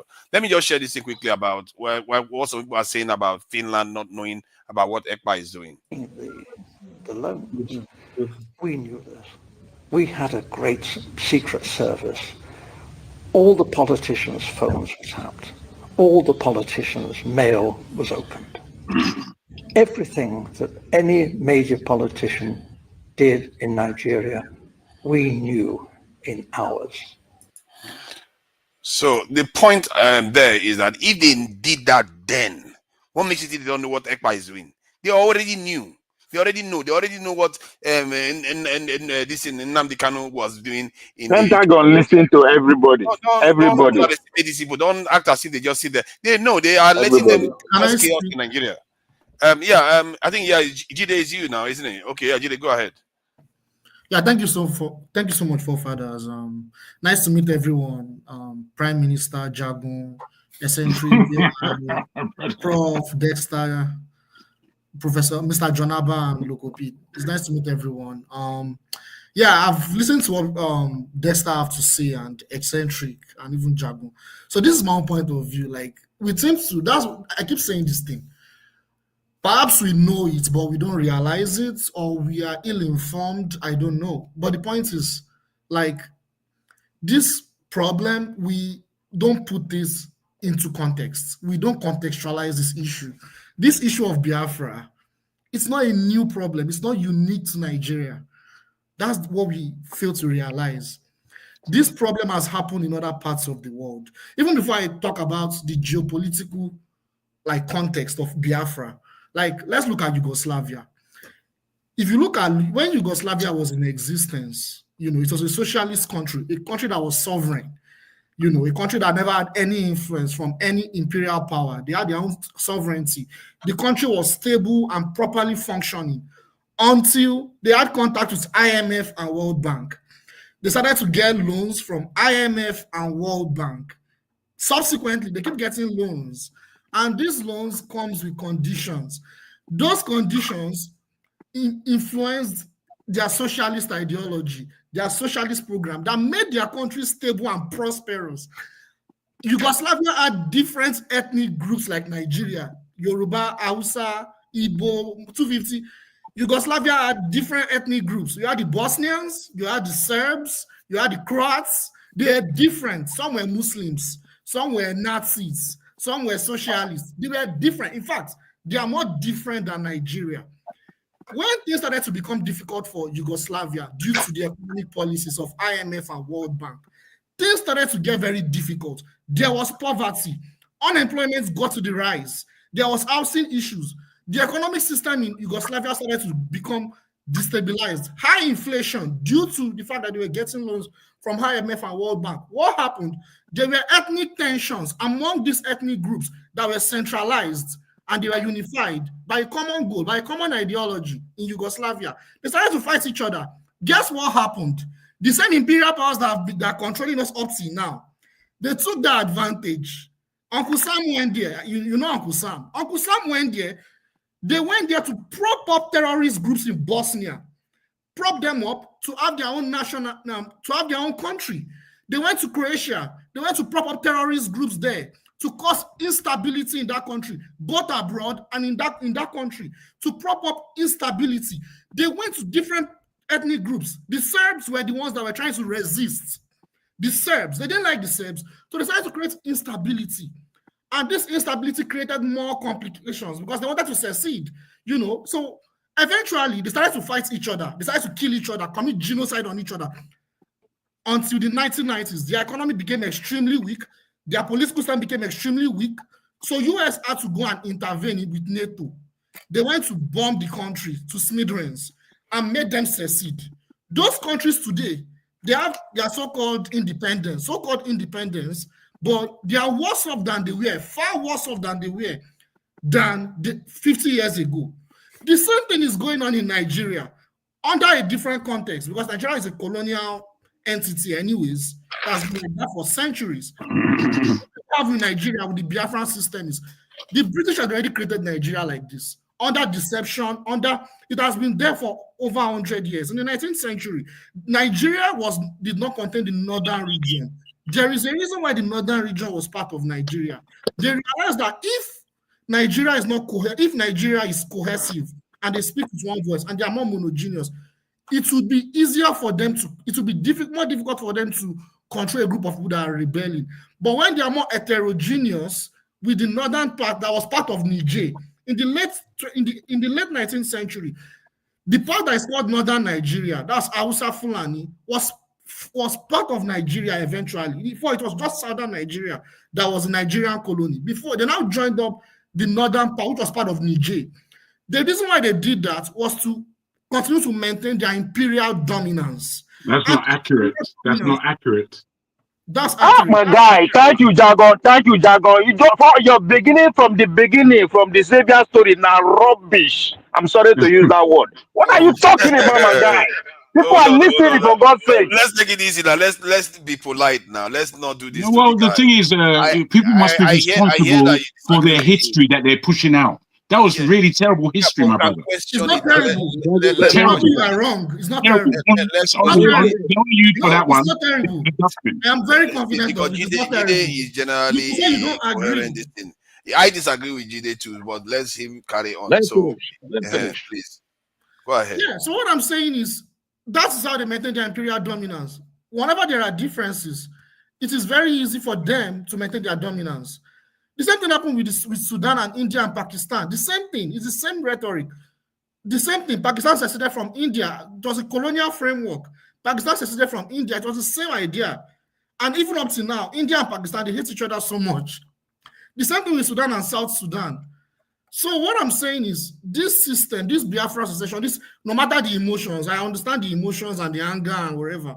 But what I'm saying is all this complaint about Simon Ekpa is part of the control because they cannot afford to allow that one voice. Like it's created that way. So when there is this movement, this rebel to secede from the states, that is how they maintain their dominance.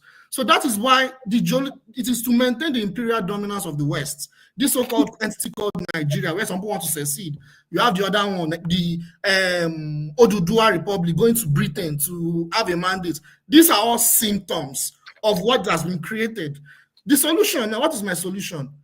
Well, instead of using this grievance to say you want to secede out of Nigeria, why not create a situation where the energy you are using to rebel against the state to say, oh, you want to secede away from Nigeria. Nigeria is the problem. You want to secede. Yes, Nigeria is the problem. Why not use that energy to actually compete, like democratically lobby against, like, okay, this is your interest as Igbo people in Nigeria. This is your interest.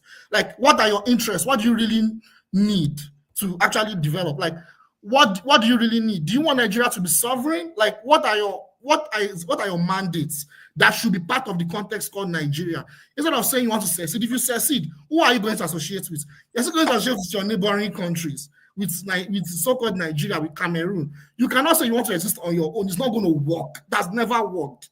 You still have to, so you have to have your own mandates and bring up your mandates, and every other region should bring up their, and the mandate should actually be channeled towards development of Nigeria. But I'll stop there for now. I wonder what they disagree about. These are facts, but I'll just stop there. I think what they disagree about is that when you said they didn't want, they created Nigeria because they wanted us to disagree with each other. Then they created Cameroon. I didn't say they wanted us to disagree with each other. They took it out of context. It's because of the emotions. I didn't say they wanted us to just hate each other. What I said was, to maintain their dominance, it is very important that there is no one voice, that there is fragmentation. The reason why people disagree with that argument is because if you look at other countries that were formed too, some of them were basically more homogeneous than Nigeria, but yet they still control them anyway.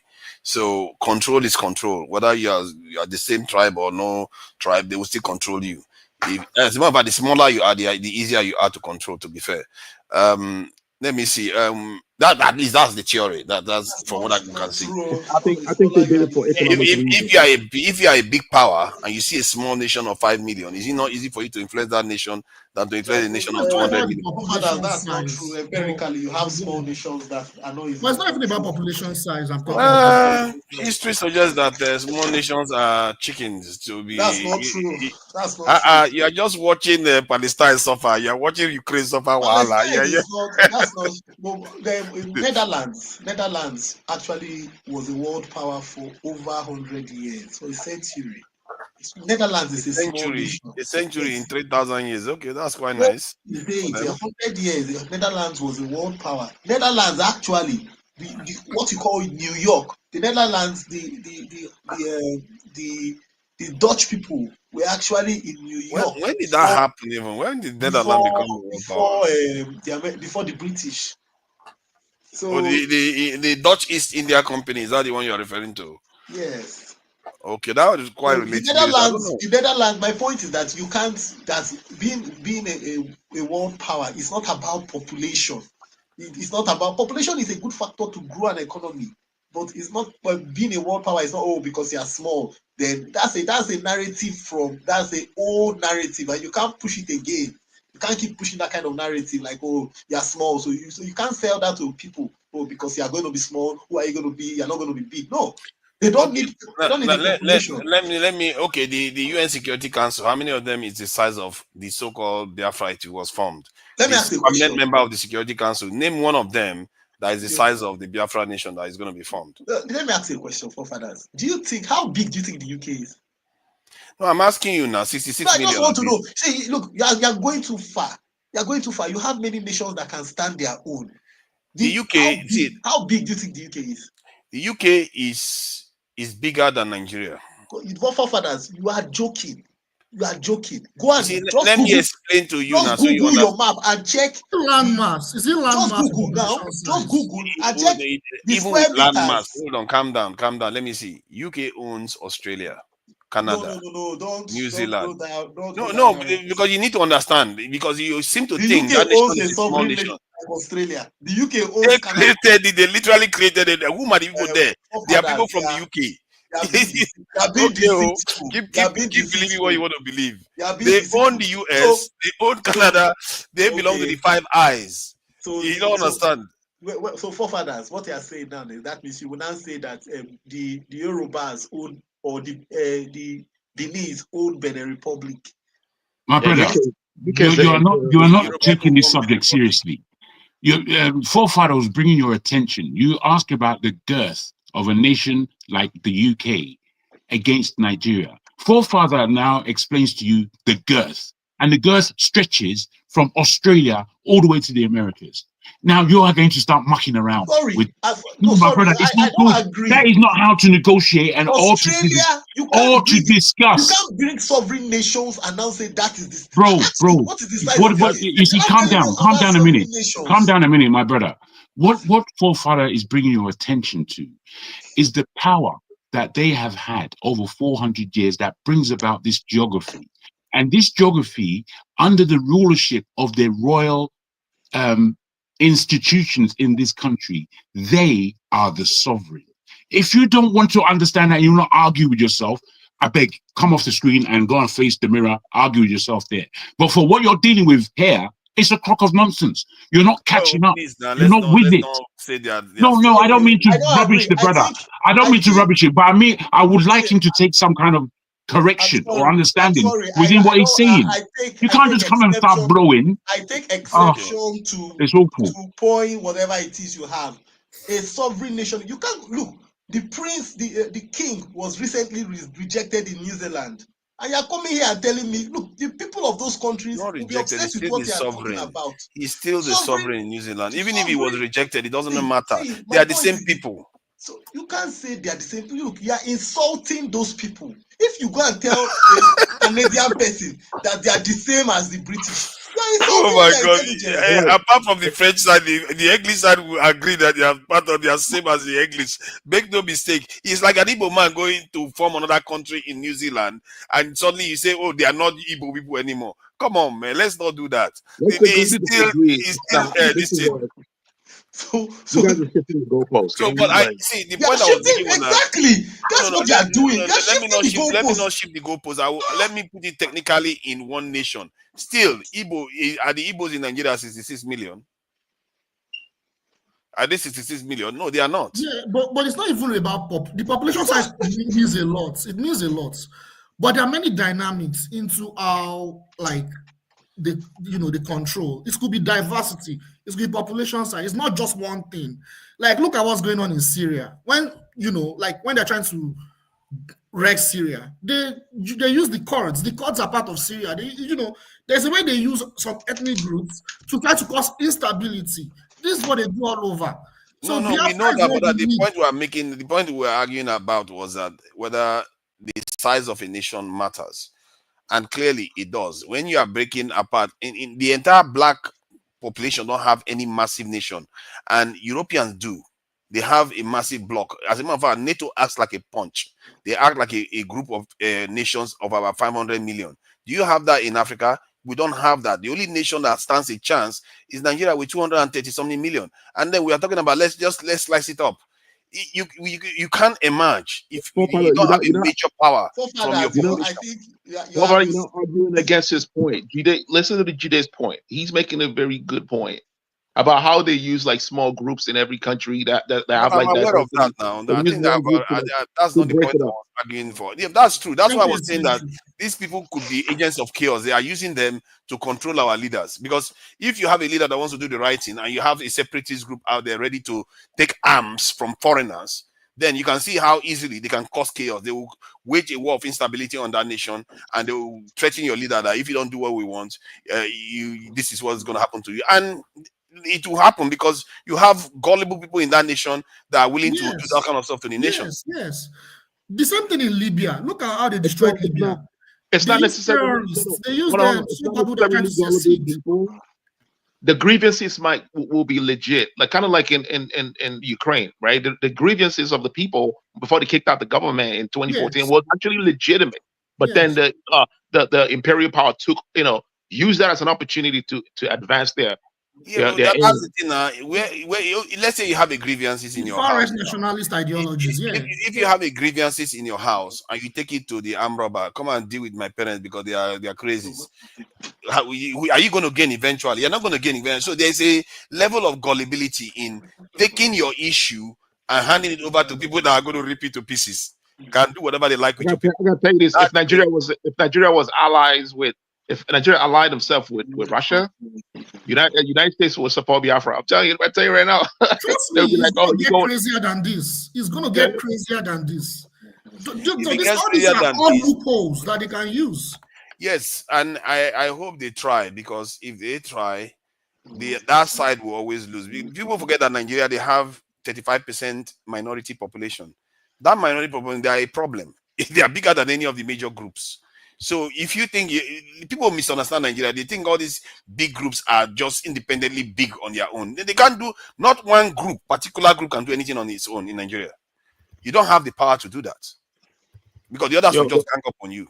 The only thing holding Nigeria together is their alliance with the West. If Nigeria deviates and align themselves with other adversaries of the West will support some of these groups like the Biafra or any minority groups, and then use that to destabilize Nigeria and separate the country. And the sad thing is that the country will never separate, because there are so many people. Like the South want to go on its own. This one wants to go on its own. Everybody wants to go on their own. It can separate. I'm giving you the groundwork of how it can happen. The reason why it cannot, because it's going to be an everlasting war. It will never, because people will never accept it. Not necessarily. It depends. Okay, so if Nigeria, let's say Nigeria aligns themselves with Russia, right?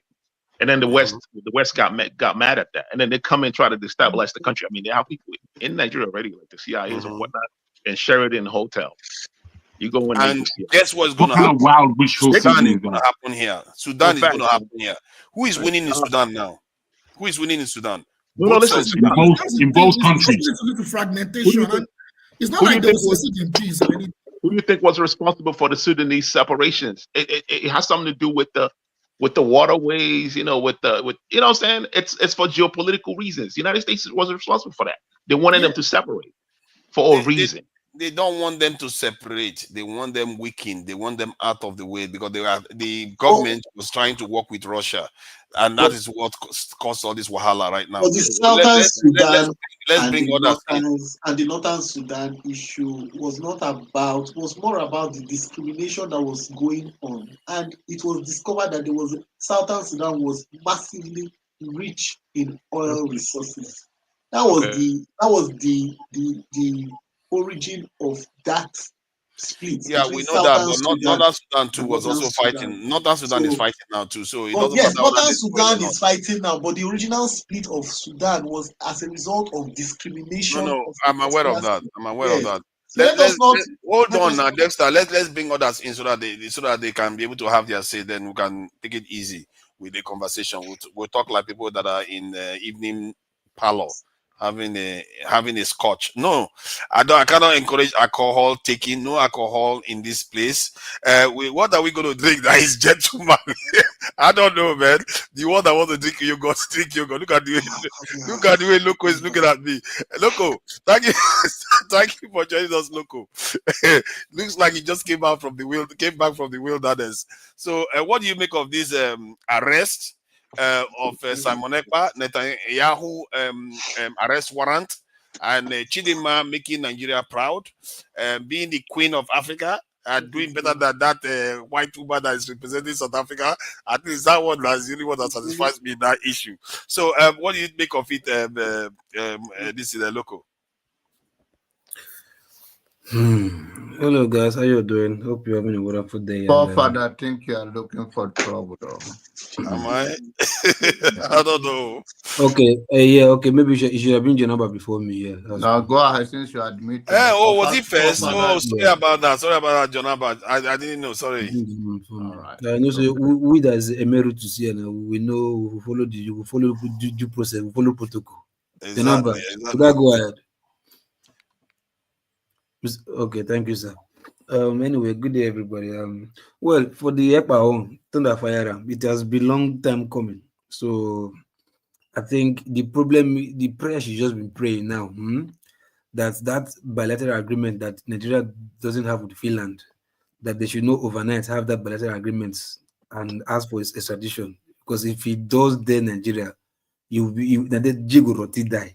You understand? He should know that first. And his ardent supporters should know now. I think they've all I've been watching everybody since we be talking trash here. Like, it's because they are in the diaspora. They're not the ones affected by the mayhem of those stupid non-entity causing mayhem in the Southeast.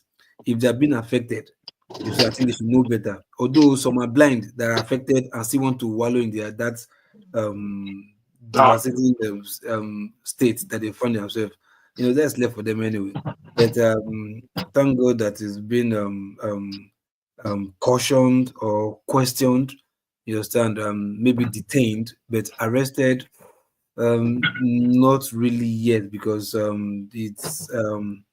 it's only after the court session that we can determine if he's been jailed or not. I don't know if what's the outcome of the court today as at now.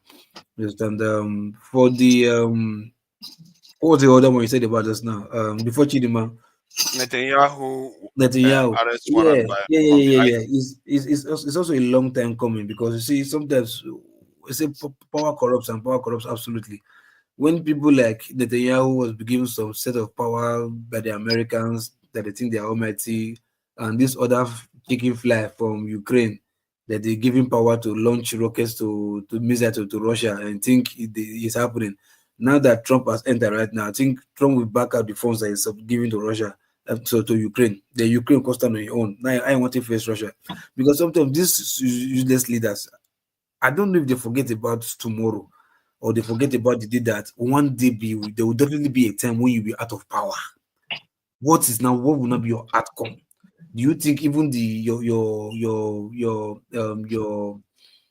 bodyguard, your ADCs, or your henchmen that have been with you when you're in power, do you think they will be able to sustain your out of power for more than 10 years? No way, it's not going to be possible. Sometimes you just be fighting war, you don't think of tomorrow. You forget about that the people you're even killing, they're human beings like you. They are humans like you. And the day will be, there will definitely be time when government will change. And that's your cabal you think you have in United Nations. We definitely feel the way government will change the United Nations, and they will come for you. You understand? Don't pray that your enemy will get there. They'll come for your head. So it's also a good one too for Netanyahu and Ekpa, at least for them to be like, threatened with jail term or life imprisonment, if that be the case, Then for Chidimma, well, it's just a tale of another African story, the rejected black beauty now became a queen in what do I call it, coming from behind, you understand, to become a queen, despite the fact that her story was supposed to be a what's it called, fairy tale, that story you tell kids, how the rejected one became the shining star, the way you have it in cartoons, all that stuff, you understand. But though she didn't win the crown, but at least in Africa, I think she's Miss Universe. They now crowned her Miss Universe Africa. You understand? So in a nutshell, and Oceania, yes, exactly, and Oceania. So in a nutshell, she is also a winner. You understand? Because she came from Africa, and she was the rejected queen of Africa, and now she's now the queen of Africa. So it's a good fairy tale. So I'll leave it for now. Until we want to go deep inside, then we'll go further. Thank you. Thank you. I appreciate that, and I appreciate Jonaba for giving way. Sorry about missing that you were here first. Thank you for joining us, Jonaba. So, what do you make of Simon Ekpa being arrested? You are a supporter now, isn't it? And also, you do support Netanyahu. Do you, Jonaba? No. Good evening, forefathers, and yeah, welcome, fellow panelists. The whole story make me feel like when you get gonorrhea. When you get gonorrhea, you pee one time, you feel good. You pee one time, you feel bad. Experience. Correct guy.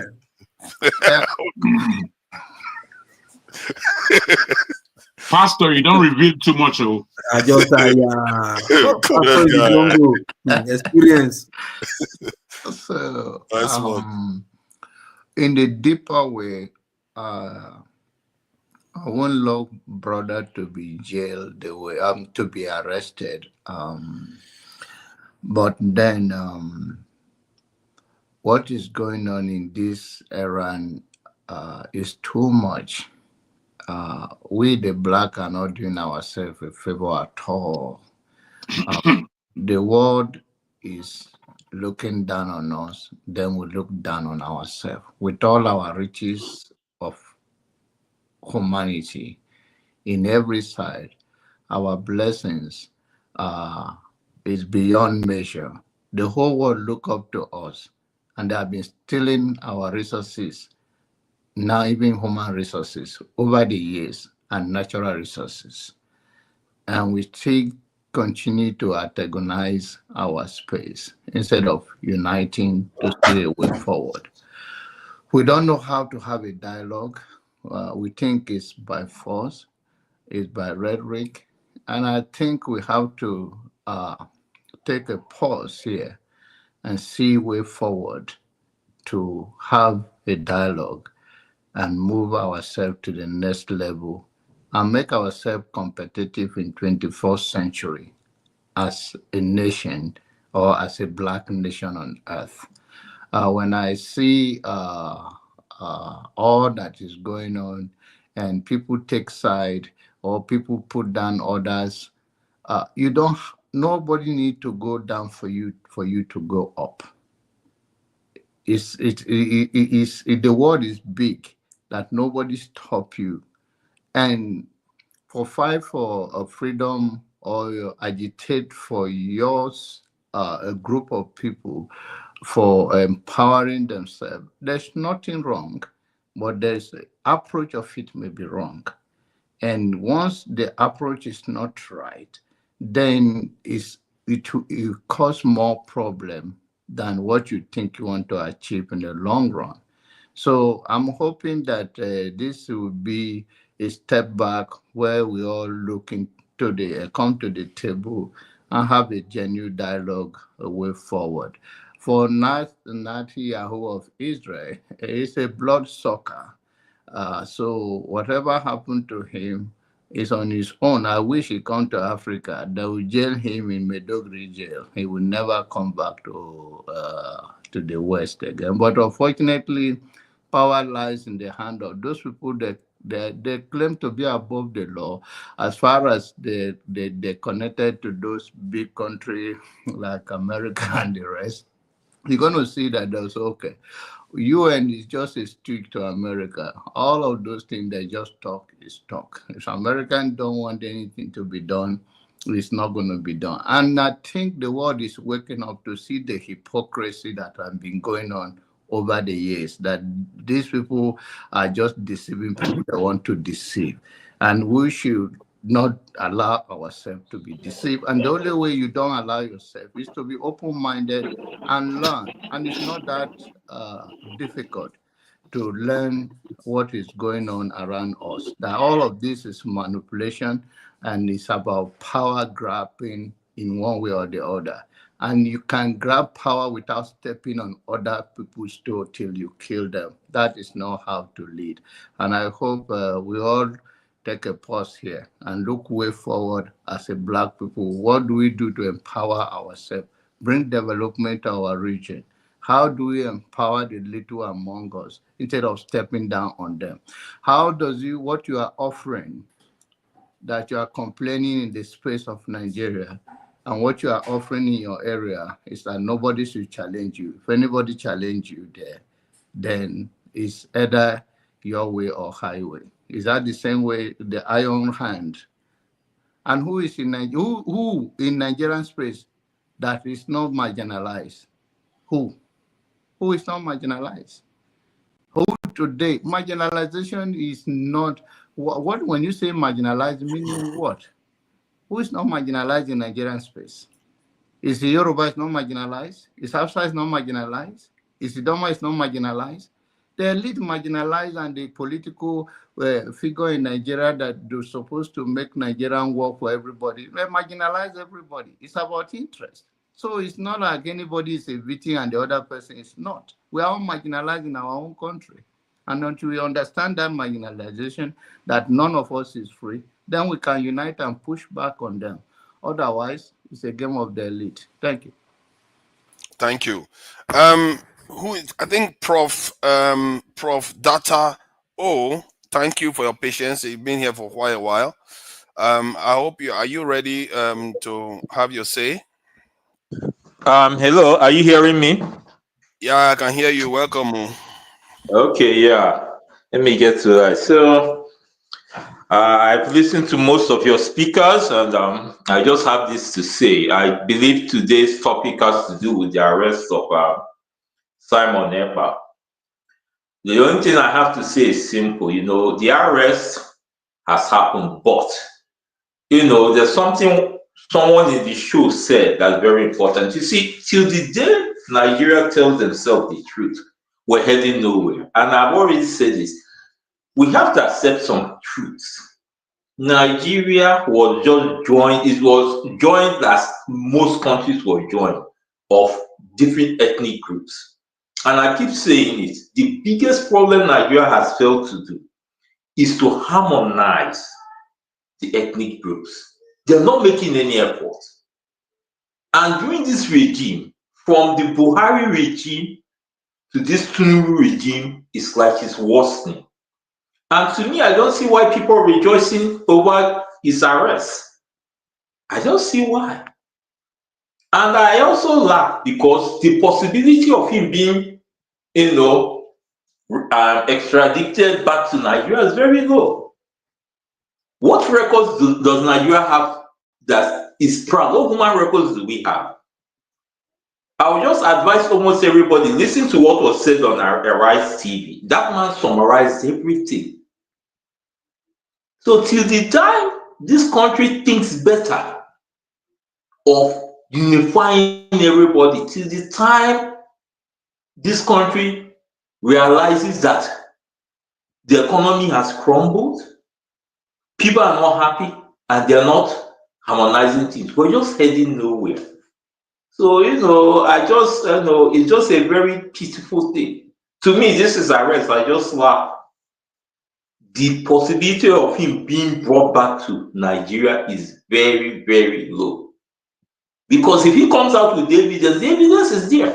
And even I even laugh. How can the inspector, is that defense arm of our country, be the people handling this matter? They should have pushed it to either the legal, what I call the legal arm. The defense arm are the people. In short, that even shows how bad the country is. The defense arm, they are the people being threatened of what Simon Ekpa is doing in Finland. So it gives question to say. And I say it, Nigeria, I said it on this show, Nigeria is just like 3 bottles. You tie them together, the rope breaks.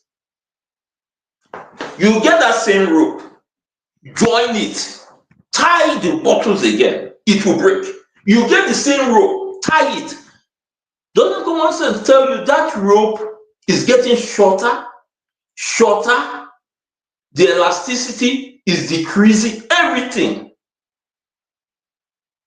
And there is a time when that rope will cease to exist. And those 3 bottles will have their freedom.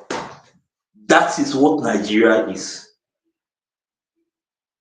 The ones of us, they think they're doing it by, they can achieve it by using barbed wire. But it will break. It will remain breaking. So, this is all I have to say. So if I have a question for you. If you have Biafra, how are people going to become citizens? Like, what is citizenship going to be determined? How will it be determined? How would you be a citizen of Biafra? How would citizenship be determined in Biafra? Number one, I don't think I'm the right person to answer it. But if I have to say anything, number one, I know there will be a constitution drafted. There will be some, will I call it, standard set. And I believe any person born in Biafra and a native of Biafra should be a citizen. And it should not be by force. If you don't want to be, you can go. That is my own perspective. But I believe strongly the government is going to map out. Sorry, hold on. When you say if you don't want to be, you can go. Who are you referring to?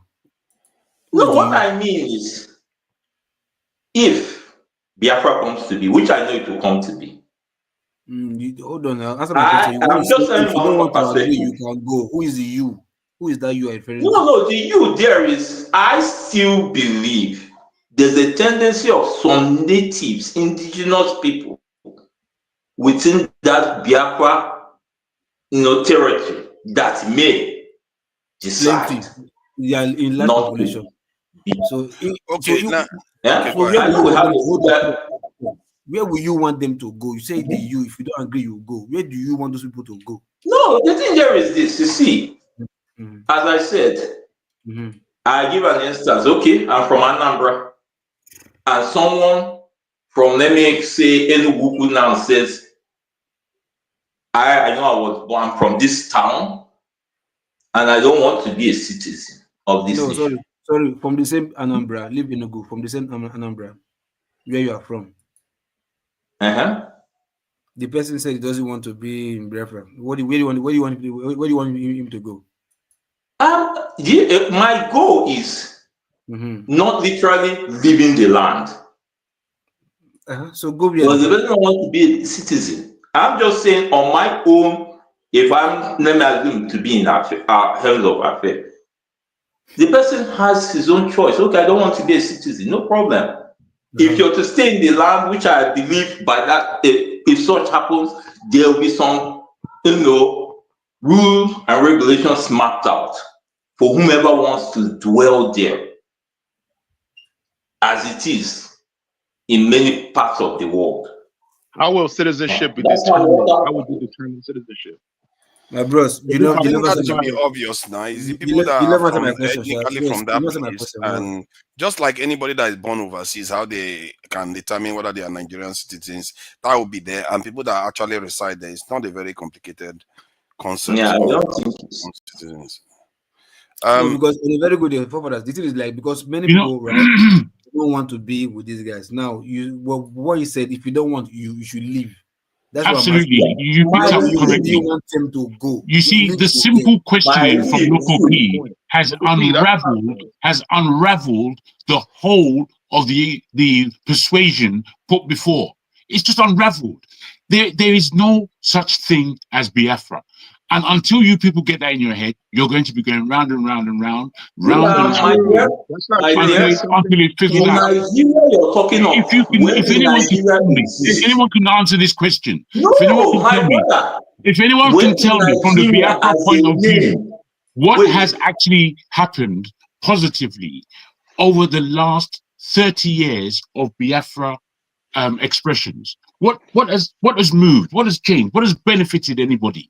If you can explain this to me, I'll be happy to hear. Because you're always against. Well, explain that. The floor is yours. There's nothing of being against. You see, the point is this. There was a narrative someone put down. If you hold somebody down, if you decide that you're going to hold somebody down, just remember that you have to stay down. You have to stay down holding the person. So you yourself. You mean like Oyibo people are holding us down now? They are staying down with us. Okay. See, what please they are staying down with us. Okay. I get you. You know all these sayings. We don't think it through, do we? Exactly.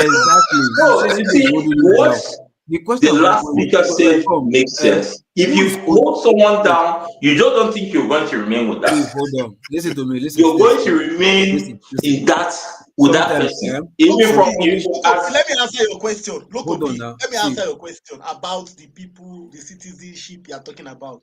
First of all, the simple answer to that question is that the determination of citizenship is not determined on platforms here. And it is not one person's ideology. Many nations. No, he said something. Let me answer. I never said one at a time, man. One at a time. He said something that if you don't want, you should leave. Where will they go to now? Hey, not the ask so now. Yeah, you. About for you. I have answered that question. Why are you still hanging on that? I have answered that question. I have made it clear, literally, as I said, go, yes. But that go means, okay, you don't want to accept it. That's a bygone. Okay, yeah. If you want to remain, but as I said, that at that time, there will be whatever laws or whatever. So to whomever, the guy that just said Biafra does not exist. I'm laughing at you. Nigeria and Biafra, who existed first? Who be this one? I better ask my friend. Who be this one? I better Nigeria and Biafra, which one is? Oh God! Both Nigeria and Biafra are Oyumbo concepts. There you go. No, Biafra, so you can fight over that if you wish. And Nigeria, which one existed first? Oh my God, man. You can fight over that if you wish. But it's a non-question because Biafra doesn't belong to anywhere in Africa. It belongs to the Portuguese, as the name is theirs. I think the idea Nigeria doesn't belong to anybody as well. For your mind, for my sister, Nigeria doesn't belong to anybody as well. That one is simple. As you said that Biafra belongs to the Portuguese, let's assume that's okay. Yeah, then Nigeria doesn't belong to anybody. You guys are deviating from that's what I said already. You can say they're the creation of the Europeans if you want, but that's not an argument. That's That's just not an argument, my friend. It's just more rhetoric coming out. Alte, it's this, it's that, it's this. It's magicking into all kinds of shapes that mean nothing. And none of you can get that in your head. That all you're doing is arguing with yourselves. You're not really contemplating what kind of a philosophy this whole thing called Biafra is. I don't hear any philosophy from you. I don't hear any benefit. I don't hear how you're selling this idea apart from selling it on bullshit. Rhetoric upon rhetoric, making no sense and telling us that we don't understand. Are you out of your mind? It's not. Let's take it easy. No, I'm okay. I'm okay, but I'm just pushing it. Don't feel angry with me. Prof. Data has been quite patient and he's not being insulting to anybody. We shouldn't be talking to him in a bad way. I think I can sympathize with him because I'm not insulting, but people just keep insulting me and he's not doing that.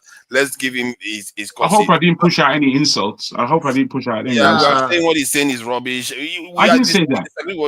What I said is that they're not coming out with certain things that can reasonably put the position of Biafra forward in such a way that everybody can agree and everybody can understand. But what we have over the last 30 years of this Biafra nonsense, I believe it to be nonsense, what we have is rhetoric, argument, false narratives, spitting out vermin about all other ethnicities around them. I mean, that's what I've got from it. I haven't got any sensibilities that I can say, you know what, this Biafra thing, I think we should start pursuing it. I think it's an authoritative philosophy that all Nigerians should join in with.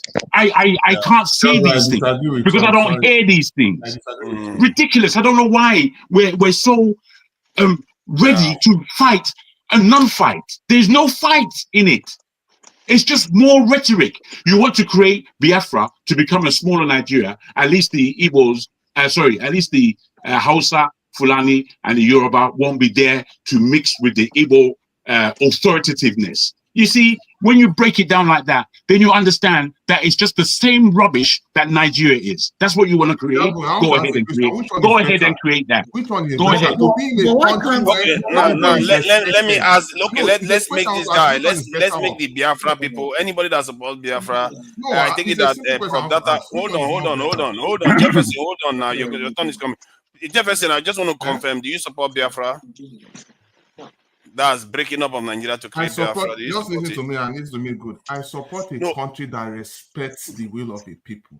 Okay, then you don't support Biafra then. Okay, that's fine. As a country, if you support Biafra, just say support Biafra now. And so that we can, I just want to. Oh my God! Hold on. Allow somebody to moderate. See, I'm trying to get the people that support Biafra on one side so that we can interchange. You see what I mean? Not to silence you, but just to understand. I know Prof. Data supports Biafra. Do you support Biafra, Jefferson? That became a conflict. What are you trying to tell me? You're on the call. Yeah. It's just yes or no, so that we can know whether you belong in that category, so we can have that conversation. Do you want me to answer the question next the way I want to? Answer the question, then not drag it on. I'm not dragging anything. I want to answer the question the way I want to answer it. Because there's a saying that there's no smoke without fire. Okay, for the purposes of this conversation, do you support Biafra so that we can ask you questions? Good. If Nigeria doesn't do what is right, having a country is a better option. Simple. Okay, so if it's about Nigeria Biafra. doesn't do what is right as a country. That's what. Okay. That's my answer. Okay. Dexter. Okay, Dexter is busy. Dexter, are you there? Dexter is having a conversation with somebody on his headset. Who else? Okay, then there's only one Biafra person. It's gonna look like we are gonna be bunching up on him. That is not good. Anybody that support Biafra, don't be shy. You know, you guys are not shy. You have a lot of energy to do it. I don't know why they are scared to come here. All these Biafra people, they just tend to avoid here because why is it that they avoid here as if there's man. you are not. Your position is unacceptable. You're a fifth columnist. You're a fifth columnist. You don't No. Listen, we need to get back to the original cause. You know what I'm saying? The reason why Ojukwu wanted to secede was he wanted to secede from the West. He knew that the British was controlling the affairs of the government. So he wanted to create a black nation that is not pro-West. That's why he wanted to secede. Remember, Ojukwu went to school in the UK, and he read the works of Martin Luther X. No, Malcolm X. Malcolm X. He read the works of Malcolm X. I don't think that's why he wanted to secede. It's a shame. It's just a pity. I don't know where this brother got that from. Those ideologies inspired him. Those ideologies inspired him. Hold on. He wanted to rule. Why do you think he wanted to be head of state? Who's ever heard any of that? Exactly. He wanted to secede. Why would they wanted to rule? When it's out of his own greediness. He didn't want civil war. I don't think he wanted a civil war. Let me clarify with Eccentric. Also, when they were fighting that war, they were actually aligning with France. Absolutely. Yeah. France and South Africa. I don't know what he's talking about. Yeah, they had no choice. They have a line. You know, the moment it starts supporting Biafra, all that happened in the past. Okay, it's a simple question. I want to ask a question. All that happened in the past. All that happened in the past, during Ojukwu and everything. But yet, as a nation, we have not seen it fit to actually coexist properly. We have not corrected the lapses of a nation. Do you know why? Yeah, the issues are. You cannot deny the fact that issues are not there now. There are so many factors. But do you know what are the issues? Yes. Can you mention? No. Hold on, Loco. So you understand? For instance, now, why is it that up till now, why? And I remember even as crazy as Ambode was, he even mentioned it. The seaport was so congested. He suggested that other seaport needs to be functional. And who knows? Maybe that will cost him his second tenure. Nobody knows about that, but that's the story for that day. Possibility. The seaport is one of them. Why should we have only one functional seaport? We don't have only one functional seaport. Why are you saying this type of things? Please hold on. There is a seaport in River State. There's a seaport in Calabar. No, forefathers, listen. In Lagos. He's saying now only in Lagos, only one seaport in Lagos. No. Don't do this, forefathers. Forefathers, listen to what he said. Why we have only one seaport? Only one functional seaport. He said one functional seaport in Lagos. Even the international airport we have. No, where he's coming from is that it's supposed to be in other regions. That's what he's referring to. In Lagos. Yes. The same way it's happening in Lagos. It should be there. Yeah, but it's in other regions too now. Time, he did a dry port in Kaduna. Yes, a dry port. He inaugurated a dry port in Kaduna when there was some see, Jefferson, this is not the seaport. No, it is. River State.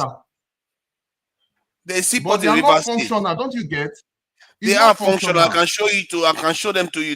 They are not functional for certain goods. They are functional for other things. They are not. Jefferson, the River State own is functional, all right?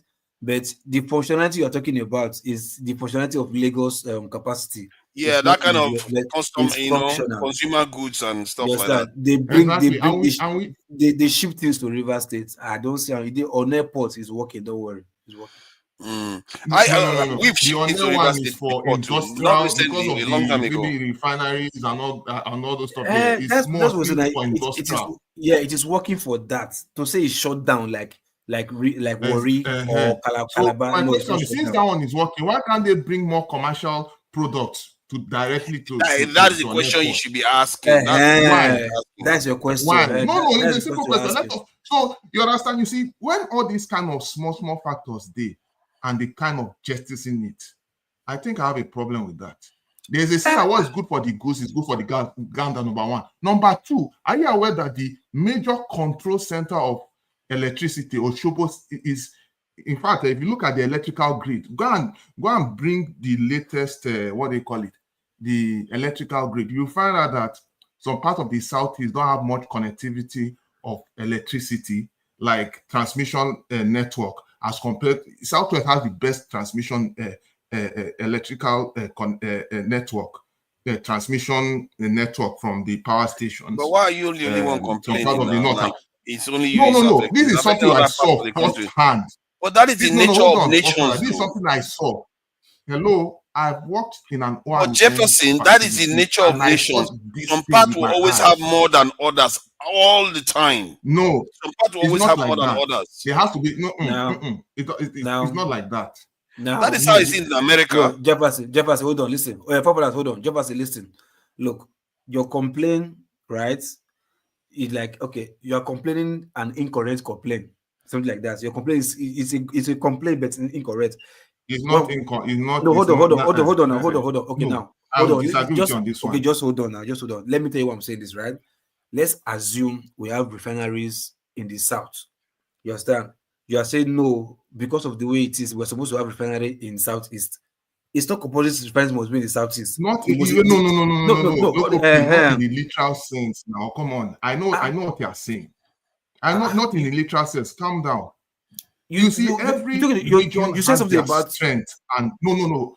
Every region in the country have their strength and weaknesses. You understand?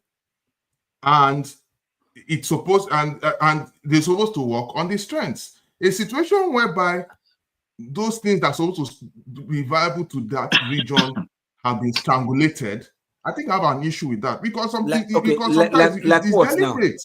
Like what now? Do you mean power only? Just power? Do you think about power? Power, the road infrastructure. That one is general everywhere now. It's not general everywhere. Iowa in the north has the best road network compared to the south. You want to argue that one too? No, if you want to argue that one, let's not go there. Let me tell you the truth. Don't go there. Hold on now, because the witches and wizards in your community are the ones not doing the road. It's not the government. Yes, some of them steal the money. Does not mean that they are getting the best of funding. I know what you're talking about. Hold on. You are trying to say that everybody in the south is most of them who gets funding are just stealing the money from the project. See, not southeast. I will disagree with you to some degree. My brother, listen. Even the south, not southeast, not the two south. No, south. We know. I think maybe we should let other people come in because Jefferson, somebody like Jefferson, they don't see that other people are going through similar. Exactly, Jefferson. They never see, no matter what you do. They say landlord travel and see. What you are complaining, South suffer even more. You don't even understand, but because they don't keep quiet, because we betray ourselves in the South a lot. That's why we don't talk out. We want to catch the witches and wizards in our midst first before we start crying out. Yes, that's why we're keeping quiet. Yes, I agree with you. You get my point. So no, they talk say something road. No. Sorry, Loco P. I didn't say within ourselves we don't have issues. If it's that one, I agree with you 100%. I agree with you 100%.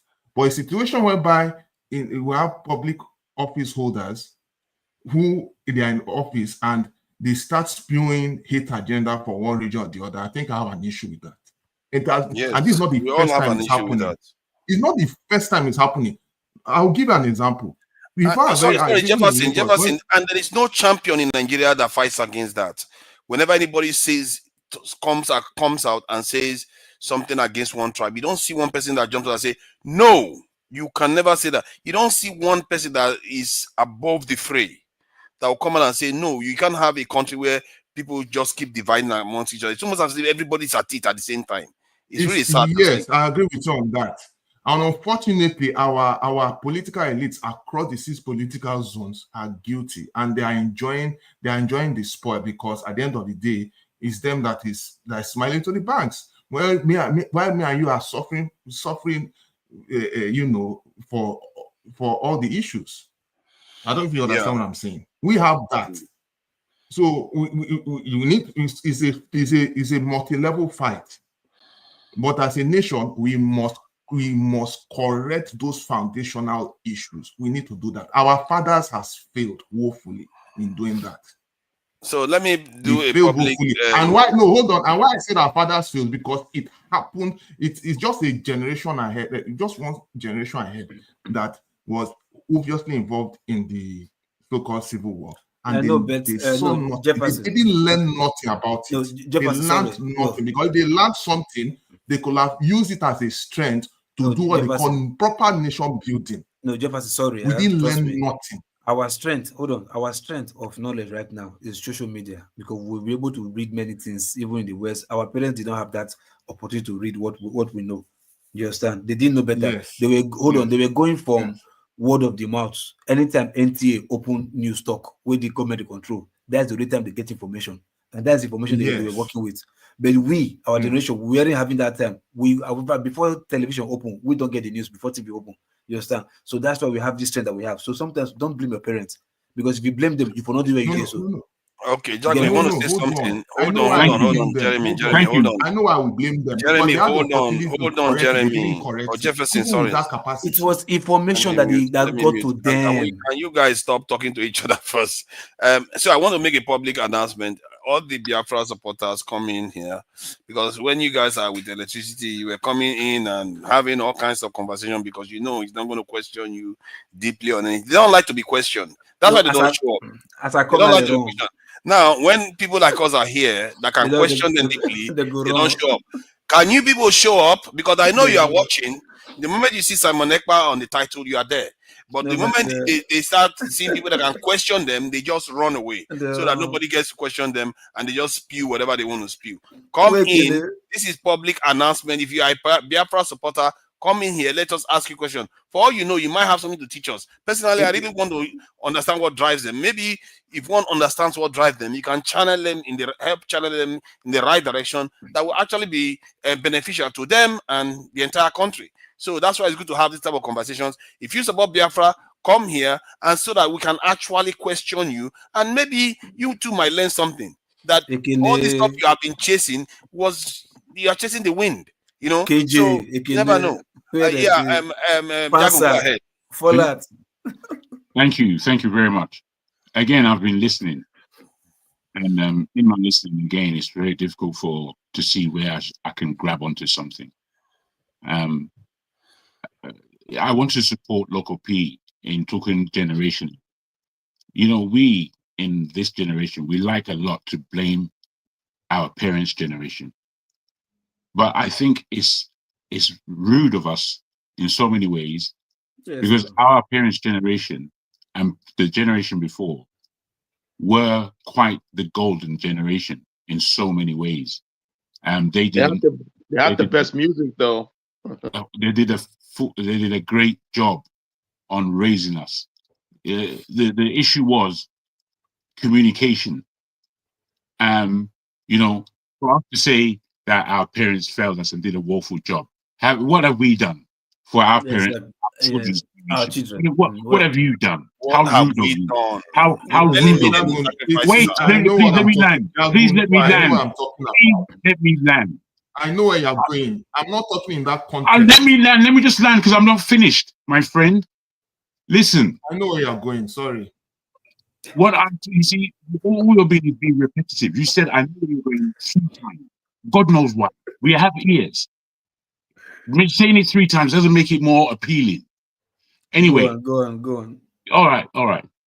What I'm saying is that our communication is the problem. We don't know how to communicate.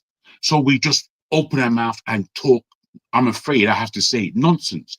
There are many people right now in the comment section that instead of pointing to the thing that is the issue, what they will do is have an emotional outburst and say what they think you are. No argument, nothing satisfactory, just rhetoric, nothingness. And you think that's effective? You think that's effective to this kind of communication? You don't know how to communicate. You see, what we have, you see this thing, this God-given thing called the tongue. It can make something alive and it can make something dead. That's the power of the tongue. So we use it in such a way that we are communicating, no matter how angry or what emotion necessarily is put behind it, but there should be some ethic of truth within our communication. But because we just like to pontificate based on idiotic emotion that doesn't pronounce anything, it suggests so much nothingness, we're not even catching up to the level of bullshit that's coming out of our mouths. You know, I beg your pardon, but I'm quite emotional about this as well. I too am an emotive person. Well, I think, sorry, when we get to 3 hours, we are going to shift it to Niger. Then that way you are allowed to be doing this thing. This one is for corporate. I'm with you. I'm with you, and I thank you for the caution. What I'm trying to put to us is that really, we have to raise our game. We have to raise the level of communication we have. We have to stop the idiotic rhetoric that is not going to be on anybody who is intelligent. They're going to throw that thing out. The 2 questions from Local P has unraveled somebody's argument here on the Biafra. 2 questions, unraveled it, turned it into nonsense. Yet none of you are going to wake up to say, boy, he got me there. None of you are going to be able to have the kudos to admit that you lost this argument. You lost the war, you lost the argument. What more do you wish to lose before we come together as a people? What more? How many times are we going to be doing this? This is Biafra in terms of the war, 1967. We are now 2024. And this is such a big rock in our midst that we are not able to shift from in order to move forward. So what do? We make trouble out of the issue, basically making things worse. You are not making anything any better. If you feel that you're doing something that is good and wise and has potential to develop, my brother, you are sleeping in the midst. You're not looking, you're not smelling the coffee at all. You're just going ahead blindly. It's incredible for me to view. I must tell every one of you, it's incredible for me to view. There was an Igbo man, I think he's eccentric, who put out that possibly we're not doing this in the right way. Possibly there's another way of doing it. And he laid mention what he felt. All of you who are Igbo rubbished him to hell. Away with that kind of thought. Never of a sight. It's incredible what you do to yourselves and what you do to Nigeria. And you feel that you can run a way forward? My brother, there is no organization that I've seen as shambolic as what they call Biafra. It's a blatant, irritating lie. End of. Quite interesting point. Quite interesting. Jonaba, please go ahead. Jonaba hasn't said anything for a while. I would love to. I would like to take it in a different way because we have 2 brothers in one brain here. So I wouldn't love to bash them too much because we are all brothers. The issue Biafran will always exist till the world end. If the world will end, that is established. I think what they don't understand is that they just like Yoruba nation will always be there until the world finish, if there will be end of the world. I don't believe that, but some of you believe Jesus is coming for you. So I don't believe that. So we have to establish that. I think the way that people are going about all those fulfillment of their personal dream to provoke the entire nation or certain people, it is what amazes me that in 21st century, when it's very clear that people are taking advantage of you and you don't see it that way. And let's say that somebody mean it for a good reasons. I don't mind. that if somebody means, okay, I want to do well, set a good example for my people, it does not mean war with the next neighbor. You can do it without that. And when I hear people say somebody is holding somebody down, nobody hold anybody down. If anybody that have that mentality will never grow, even as an individual. There is nothing that human being is not designed individually or collectively that you determined and you constantly, persistently pursuing it, that you cannot become who you want to be. There's nothing. And when you say, oh, somebody is stepping, is it Nigerian elite that is stepping on everybody? Are there not your tribe there in Abuja? Do you go part of Nigeria that is doing well more than even your own place? In some cases, you even do much better in some ways. So that marginalization word, I think is a talking point created by the politicians and let the little ones among them go about it, which is not reality. And if there is a marginalization in Nigerian space, everybody is marginalized. No one is out of it.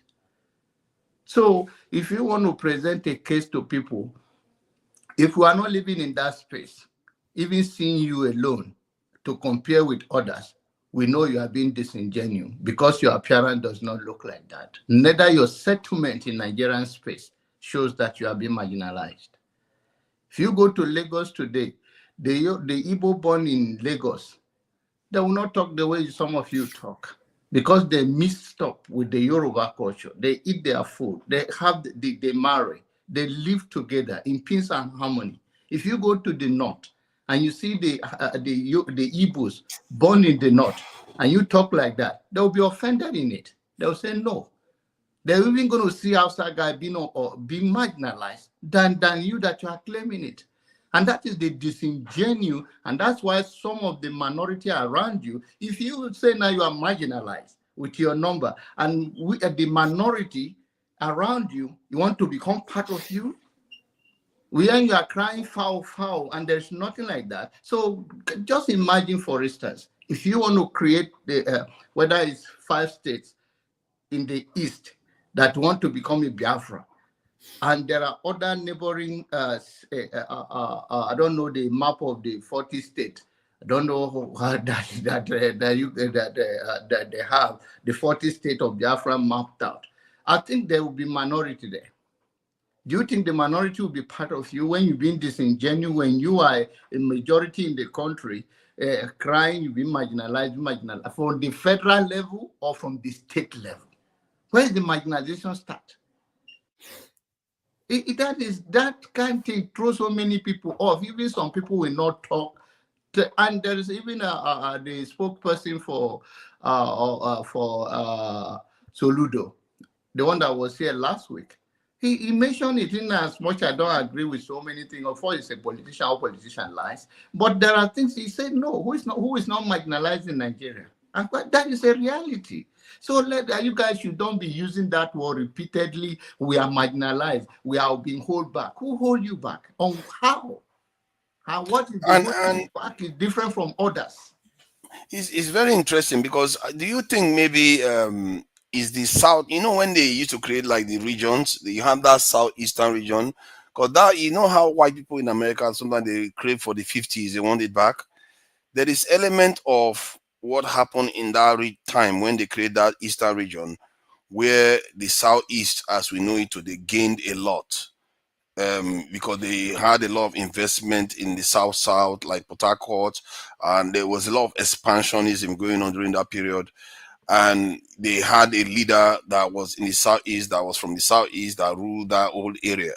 So that confederation system. So when that was taken away, it looks like that vision never left, because I don't think it existed before that. Because that region, that part of the world has been like that for a very long time. You never had, Igbo want to rule the whole area. They were inland. They didn't have any interest in ruling everywhere. So it looks like it's a more recent vision that they want to fulfill. And hence, when they create that map, you see Calabar, River State, and all those parts is part of the map. They never had that before. They were always inland. So it could be that period when they had that eastern region that created this greater Biafra in their minds. That's from listening to the conversation, that's what I'm beginning to think, because it wasn't there before. Was it? Was Biafra always there before? Jefferson, he's here now. It was never there before that eastern region was created. Mr. Forefathers. Can I speak? Igbo land is beyond 5 states. There are Igbo people in Delta. There are Igbo people. This is not, I'm not saying it because I want to do land. I'm not saying it because of, so that they'll say, oh, we want to claim more states. Well, it is there, literally. There are Igbo people. How about the riverine areas you are claiming? How about the areas that have access to the sea?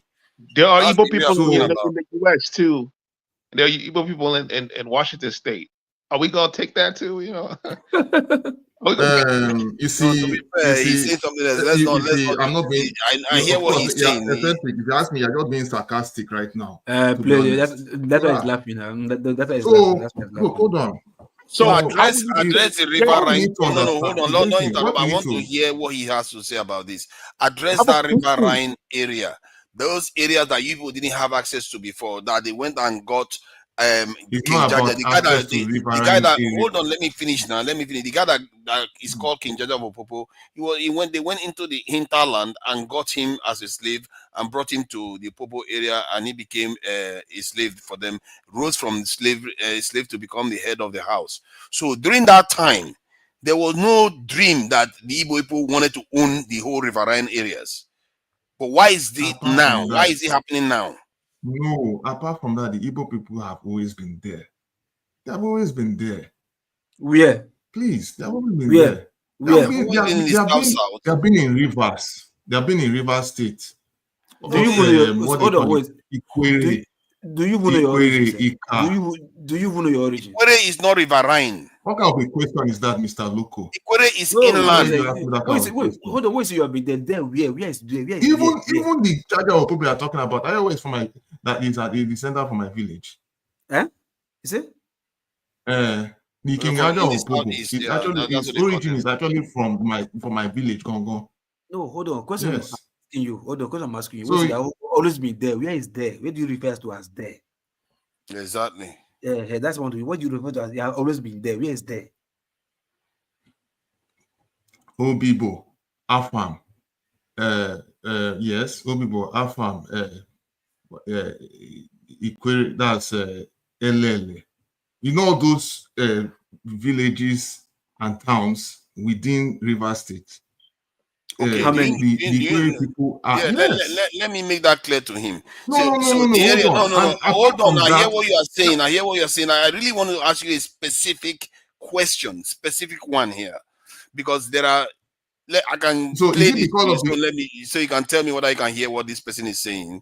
If you can hear what this person is saying in their song, you let me know. Okay, I will play this song, and you tell me whether you can hear anything that has been said there. If you hear one word there, you let me know.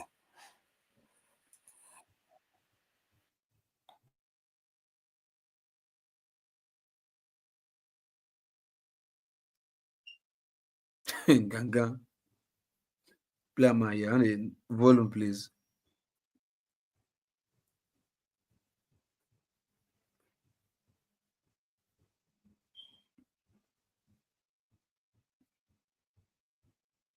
Press play. Okay.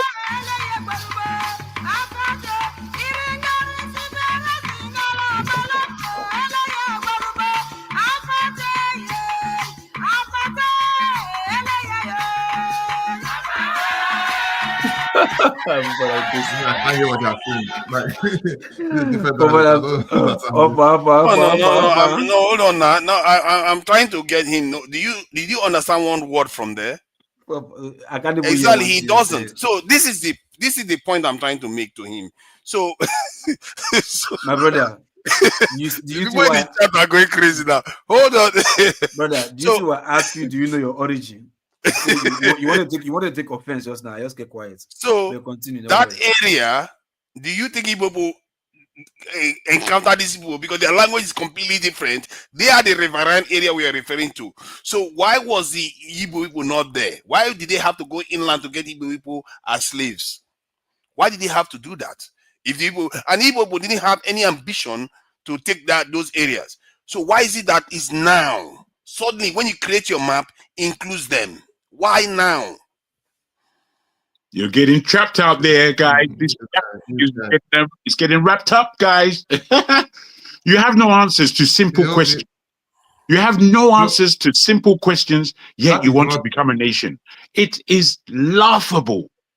Laughable. So the one that we have, what are we doing with it? Hey, that's how you complain, but all of us can complain like that.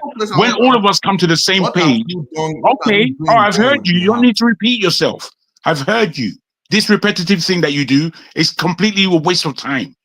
What it is, my friend, is once we come to the same point of complaint, then as a whole nation that we know as Nigeria, we come together instead of forcing idiotic divisions between ourselves and adding to them. We will come together and take care. Why don't you hear my answer? Why don't you hear my answer? Why can you not hear my answer? Why is it that you want to interrupt me? Now I'm speaking. No. They gave you questions. You were quiet. Now you want to interrupt me. Is that discourse? You cannot do the dialect. Is that discourse, my friend? Time now. Give us Look, 20 check minutes. it out. You can go all out on anybody after 20 minutes. After 20 minutes time, we are going to move from. So let me just answer. We are going to move from Dr. Damages. Then people that want to continue watching can continue on to Niger. And that is not for faint-hearted people. Jagun is going to let go, and I'm going to let this in local say whatever he wants to say. And if you are not ready for wahala, don't come there. And these are people you have to really hold on to your facts. You have to have your facts. If you do, because we can't not letting you get away with no nonsense. Don't have facts. You have to have your facts straight. Check it and double check it before it's come here and say any nonsense. So because we are having very strict conversations there. This is not have your say. This is have your truth. We have to have truth there, not have your say. The truths are going to, opinions are going to meet, and one has to stand. At least some have. I think that's very good. I think that's very good, forefather. And to all of us be the judge of how we are communicating our arguments, because the argument is what is necessary. All the rhetoric and all the bombshellai, all the this, that, and the other one, we see quite quickly through all that nonsense. So we put it away and then we go back to what is necessary to be spoken about. You understand? Yep. There ain't no play. You guys, you propagate a stance of malicious mayhem, and you don't recognize it. Really? And in not recognizing it, it becomes very dangerous. Jefferson. Just imagine that. Is there any smoke without fire, Mr. Jagu? No, I beg your pardon. People just want to fight. No, I'm not saying that. Is there smoke without fire? Okay, but I am not saying. I guess I will. I am not saying that. I fully appreciate everybody in that country is suffering. And suffering largely unnecessarily. I even appreciate that after the Biafra war, that silly country that we call Nigeria did not come to the level where they needed to uplift the Igbo. They needed to put structures in the East. I'm 100%. Wait, let me land. I need you to get me. Forefather, would you please let me land? I'm answering your question, my friend. You see, this you're just trying to make an argument. I'm not trying to make an argument based on me going back and forth with you. I'm trying to put down clarity so we can appreciate where the clarity is, not to start jumbling things up and thinking that people would understand nonsense. That's not how we communicate, my friend. We communicate by listening and then talking. So we come to a point where if we don't agree on 90% of what we communicate, let's agree on 10%. We must be able to get there. We must be. If you're really forthright, if you are forthright, ahead, my I'm listening. friend, Go ahead, I'm listening. all I want to put to you, my friend, I am not against Igbo. I'm not even against the word Biafra if you want to use it. I'm only against the word Biafra based on the fact that it is not African. It's another fabrication of fabricators. So that is my stance on it. Having said that, I'm putting to you that that whole country called Nigeria is the most beautiful thing that could have happened to anyone in that country called Nigeria, to be frank. Based on the fact, you know, when I think about myself, I wouldn't rather be anybody else on the planet. I won't want to be Chinese. I won't want to be Oyinbo. I won't want to be from Rwanda. I won't want to be from South Africa. It's Nigeria that where I want to belong to, because I understand what the hell it is. Niger is a ball of power that is in our hands. And instead of putting that power together, we become throwing stones at each other. I think that kind of philosophy is pathetic. Pathetic. That's what I think. Are you with me? Okay. Is there clarity? I'm not an Igbo hater. People are writing in the comments stupid things. Django, he hates Igbos. I mean, what's that mean? What does that mean? What's that going to do for anyone? Is that an argument? Is that an argument of a grown-up? Ask yourself. And I think, Jago, you're touching on something. But let Jefferson go. Jefferson, go ahead and say what you want to say. Okay, Jago, yes, I totally agree with what you said in terms of the fact that we need to come. Yes, Nigeria is a very big country. We have about, obviously, 36 states plus the Federal Capital Territory. No problem. If you go across the length and breadth of Nigeria, Nigeria has very great prospects. But I think my issue with us as a country is that we have failed. We have allowed our political leaders to get away with so much corruption over the years, be it in the military, be it in democracy. And it's actually, and we are suffering it now. Of course, and why I'm saying all these things because we don't really have a direction as a nation. And unfortunately, the foundation of it, unfortunately, right now as it is, we are highly divisive because of the fact that we have not failed to resolve issues of the past and present, and obviously in the future. You see, for us to enjoy Nigeria as a country, I think it's high time we really need to review. We're supposed to review what we stand for. So I have a question for you. Jefferson, I was going to ask that. Yes. Having said all this, so do you now think Biafra is a solution? It will be an alternative if Nigeria continues on. It's going to listen. No, it's not about you thinking. No. Listen, Mr. Jide, don't try to play smart here. Calm down. It is going to be an alternative if Nigeria fails to respect ourselves here. I would love a situation where, if no matter which presidency, even if you are in any part of the world, it's not. Even if it is me, and even if an Igbo man, the Igbo man should respect everybody from all parts of the nation, do projects equally, do it in accordance. It's not favoritism, even in terms of appointment. We are in most of us are in a developed society. Calm down. Most of us are in a developed society today, and some of us have got jobs based on what we can do. In Nigeria, most of us we get jobs, we get business, we get contract based on where you are from, or you are friend to this person, or who you play loyalty to. It's actually the thing in Nigeria. That's the truth. It's not a good space to be in. So you think? Excuse me. Sorry, Jefferson. See, truth be told, look, I'll tell you one truth. Until you, deep within your heart, stop seeing somebody that doesn't speak Igbo as your enemy, right? There will never be a way forward. I don't have anybody as my enemy. No, you know you. I understand what you mean. Yes. You understand? No, I know what you're doing. You understand? I'll tell you this, exactly. Right? You just like when Unam Bikanu was saying, anybody that is not that is not any Igbo person that is not sympathetic to Biafra is Okorausa or whatever, like Sanaka or whatever. It's just an so that's until you see people like that. Look, we can work together even if I don't agree with your ideology. We can still build a nation together. Yes. That will benefit both of us, not only you or me, but both of us together equally. You get my point? So that is the truth. If we don't do that, and that is even beyond Igbo people, it's also good like that as a Yoruba man, as an Hausa man. In fact, these three useless tribes they call major as mayhem. Because that's the most. No, now Wazobia. Don't worry, it's Wazobia. Sorry to say, though, I don't mean to offend anybody, but they're the most. I understand. No, I understand. I understand. Because it's that issue that's causing the problem. Because you feel they call you majority people, you think you have power to decide what you want to decide.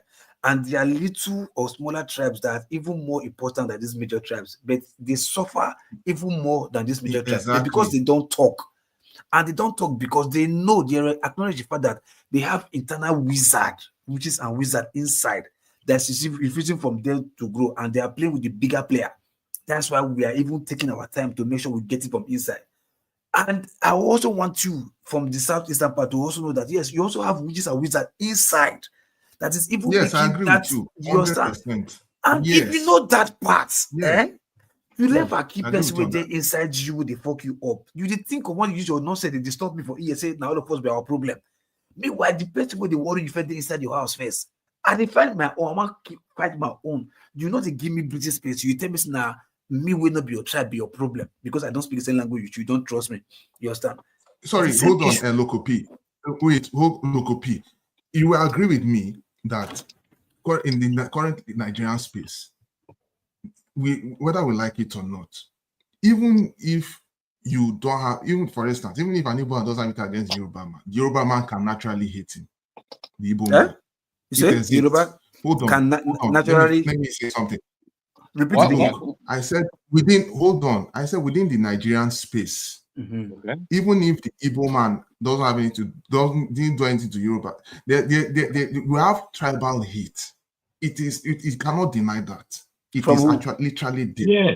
When did that start? You see the way you come from where? Wait, from where now? Okay, let me hold on. But again, I just don't like the road you're going down. I don't like when people are saying.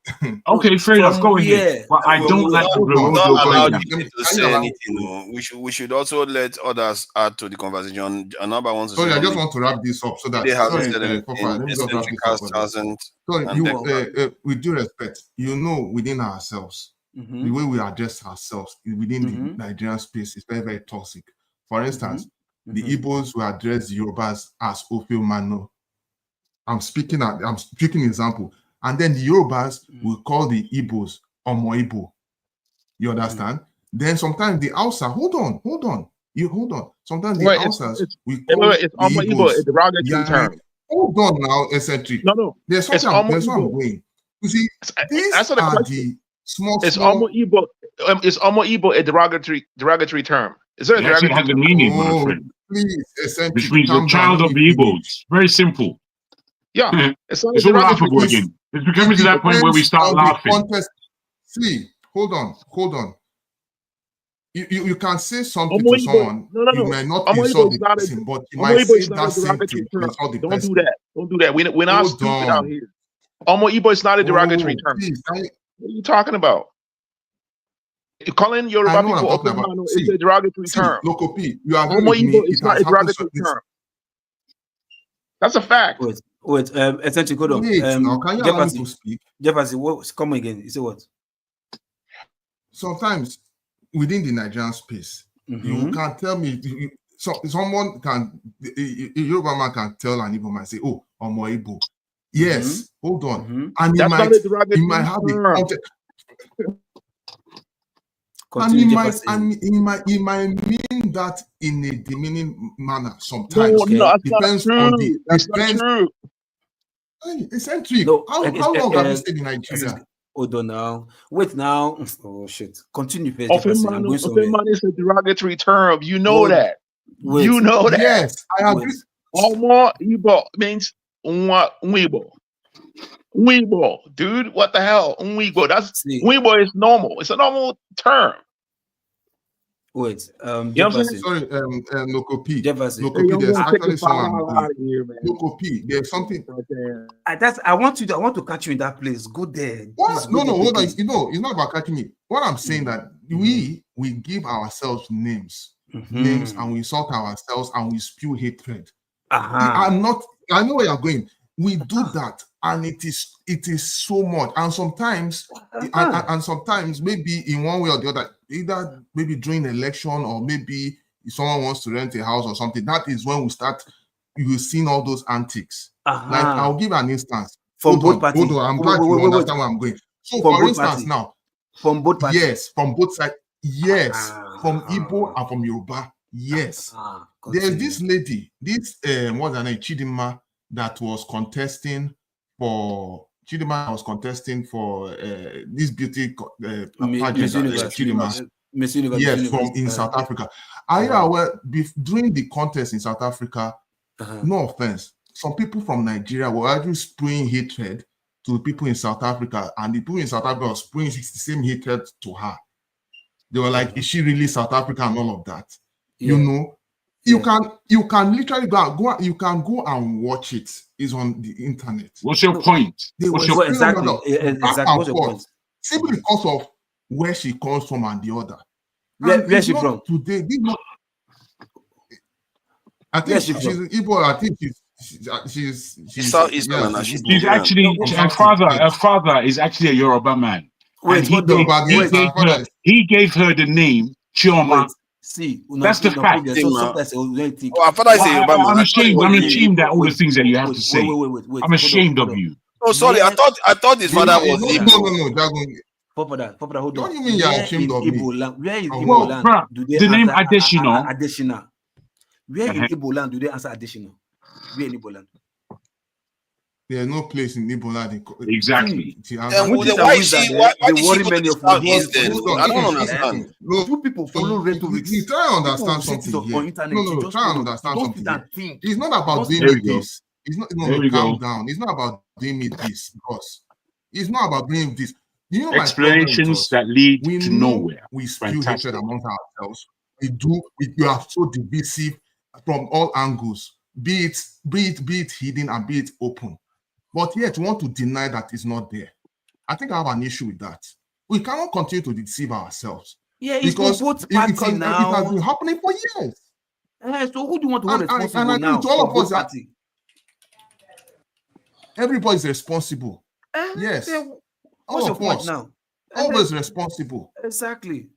So don't blame one side. I thought you wanted to blame because you wanted initially you wanted to blame one side. I was wanting to catch you there. I am not blaming. See, look, I don't discuss. Hold on, I don't discuss that way. I don't discuss that way. When we have an issue within our house, within our own household, of course, we definitely know about it, and we resolve it.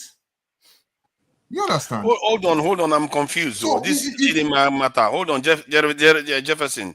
I'm confused. Chidimma matter is confusing me.